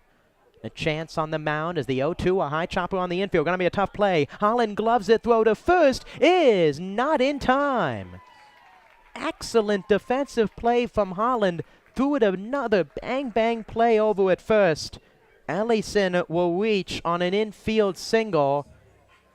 Kenny Shadle bending down. Hopefully he's okay. And the collision, no collision over at first. Holland losing his cap. Ellison gets his first hit of the ball game. The 11th hit for the Steamers tonight. And now Gabe Kirk due up. He's 1 for 3. The first pitch to him, a fastball way outside. It's 1-0. 1 ball, no strikes. An update from the Scallywags and River Bandits game in Tarboro. There's the 1-0 pitch, a big cut and a miss. Top half of the 9th inning. River Bandits an out away from securing the number 2 seed in the PCL playoffs. The 1-1 pitch to Kirk, swung on, grounded foul. Another pitch outside in the lefty-lefty matchup. 1 ball, 2 strikes, 1 out. Final regular season game. The Steamers 3 outs away from getting their 28th win of the season. So the 1-2 is outside and finishing the regular season on a 4-game winning streak. The 2 teams will match up Monday night in the start of the PCL playoffs. And the 2-2 pitch to Kirk, swing and a miss. He struck him out. An excellent fastball from John McCarthy. who aside from the hit by Paget has been strong out of the pen for the Knights. And now Chris Morris to the plate. He's 1 for 4. 1 for 4 with a pair of strikeouts tonight. Hasn't been able to replicate the same success at the dish. A big cut and a miss and an excellent breaking pitch again from McCarthy. Fastball has really gone outside of the zone and has to depend on that pitch. He's throwing it well here tonight. Ellison at first with a 2-out single. And a big cut and a miss and almost the exact same pitch to Morris. It's 0-2. 1 run across already in the inning. On the Little League home run for Drifton Paget, a triple and then a throwing error allowing him to come in. The 0-2 swung on, grounded through the left side of the infield, a base hit. Morris has his second hit of the game. Up to second base goes Ellison. An excellent 2-strike approach from Morris, shooting it through the pull side. And now 2 on with 2 outs for Giomar Santana. Fastball low and in. Surprised that McCarthy didn't go back to the breaking pitch. And Morris takes advantage and shoots it for his second hit of the game. He now has 26 on the season. Now Giomar Santana's 0 for 3 with a walk, a strikeout, a run scored and an RBI. Swings at the first pitch and skies it to right. Playable for Miller, who drifts over to the gap and he makes the catch to end the inning. 3 hits in the inning, 1 coming around to score, a triple and an error, a run across for the Steamers. Just 3 outs away from their 28th win of the season. Steamers lead the Knights 11-7 heading to the ninth. Well, fans, summer is here. You know what that means. Graduation, parties, and cookout season. The Steamers Party Tent is the perfect place to host your next get-together. Schedule a picnic before the game for your next birthday bash, family gathering, or business rendezvous. It's the classic choice for family summer fun. Call the office at 482-4080 for more details.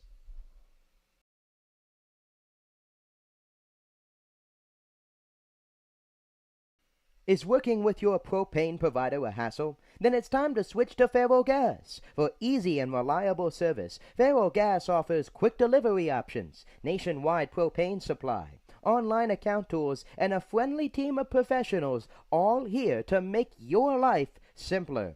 Get started today with a price quote at feralgas.com. That's FERRELLGAS.com.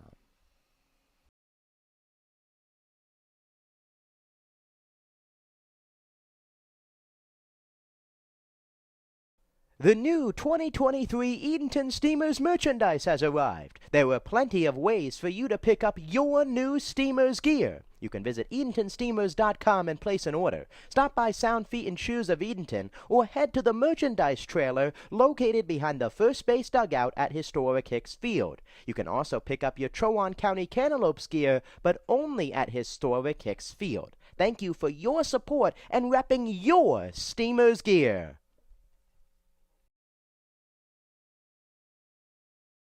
Welcome back to historic Hicks Field. Another pitching change brought to you by Feral Gas. A call to the bullpen brought to you by Feral Gas. Easy propane service starts here. Feral Gas. Another pitching change for the Steamers. Right-hander Giomar Santana going from the backstop out to the mound here in the top half of the ninth inning. An 11-7 ball game. Taking over for Drifton Paget. An inning he gives up 3 runs, 2 earned, 2 walks, 2 hits. And now the 8th pitcher for the Steamers tonight. Coming in to shut the door as Giomar Santana getting the sign, and the first pitch is high to John McCarthy, his second at-bat. McCarthy, Miller, and McDonough. Big swing and a miss. It's 1-1.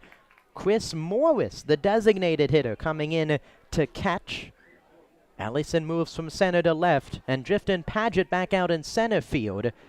As the 1-1 in there for a strike, it's 1-2. Ty Johnson exiting the ball game. 1 ball, 2 strikes to McCarthy. Santana, the head nod, gets the sign, and the pitch. Breaking ball in there, called strike 3. Giomar Santana, the backstop, the do-it-all utility player. He's been the extra hitter. He's been the right fielder, catcher, and now he's been on the mound for the Steamers and records the first out here in the 9th inning of McCarthy. And now Brody Miller, who's 0 for 4 with a run scored, checking in. Santana following the line of Taylor, Tate Abbott, Kirk, Myers, Johnson. First pitch is high, 1-0. Jackson Ellison and Drifton Paget. And the 1-0 pitch from Santana swung on, fouled straight back. It's 1-1. And have some decisions to make. Head coach Justin Hill, the way some of these guys have thrown the baseball here tonight out of the pen. 1 ball, 1 strike. And the pitch to Miller is outside. It's 2-1. And more interesting, the catcher behind the plate, Chris Morris. A little bit in high school as the backup catcher. The 2-1 is high. It's 3 balls and 1 strike. And to see Morris readjusting himself behind the plate his first time in game. As the 3-1 popped up on the infield. Myers underneath of it. He calls everyone off and he makes the catch. 2 outs, and the Knights are down to their final out. A 3-1 swing from Miller. He pops out. And now Scott McDonough, the extra hitter for the Knights, stepping in. McDonough, 1 for 4 tonight, a run scored, and is the final hope for Greenbrier. And a big swing and a foul at the plate. The next game for the Steamers will be the first game of the PCL playoffs on Monday night. Same venue, same pair of teams. Game 1 between the Knights and the Steamers. And the 0-1 pitch from Santana. High, it's 1-1. Starters yet to be announced. The Steamers tomorrow night having their yearly end-of-season award banquet for the PCL playoff start. And the 1-1 in and out of the glove of Morris. It's 2 balls and 1 strike. 3-game series between these 2 ball clubs.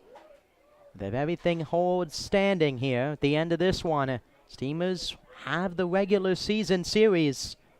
3 games to 1.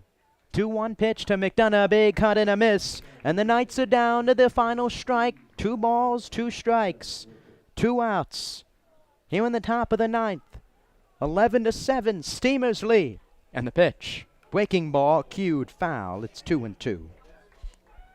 2 balls, 2 strikes to Scott McDonough. A hit in 4 at-bats tonight. And the 2-2 from Santana. Swung on, grounded softly up the middle. Myers charge, gloves it, throws to first. The pick by Kirk, and it's in time. A 1-2-3 inning for Giomar Santana. Gets a hug from the catcher Morris to close out the final game of the regular season. The Steamers win it 11-7. Your clamtastic play of the game, Tate Abbott. 2 hits in 2 at-bats, a run scored, an RBI. He also threw a scoreless inning, one of 8 Steamers pitchers used here tonight. And they get it done 11-7. They finish the regular season on a 4-game winning streak, taking down the Knights 11-7. The Steamers have scored at least 10 runs in 3 consecutive ball games. Both teams will have a day off before the playoffs start on Monday, right here at historic Hicks Field. Game 1 between the Knights and the Steamers. All of that coverage will be right here on the Edenton Steamers YouTube page. The Steamers beat the Knights 11-7. You've been watching Steamers baseball on the Edenton Steamers YouTube page. I'm Jacob Smedley saying so long and have a great night.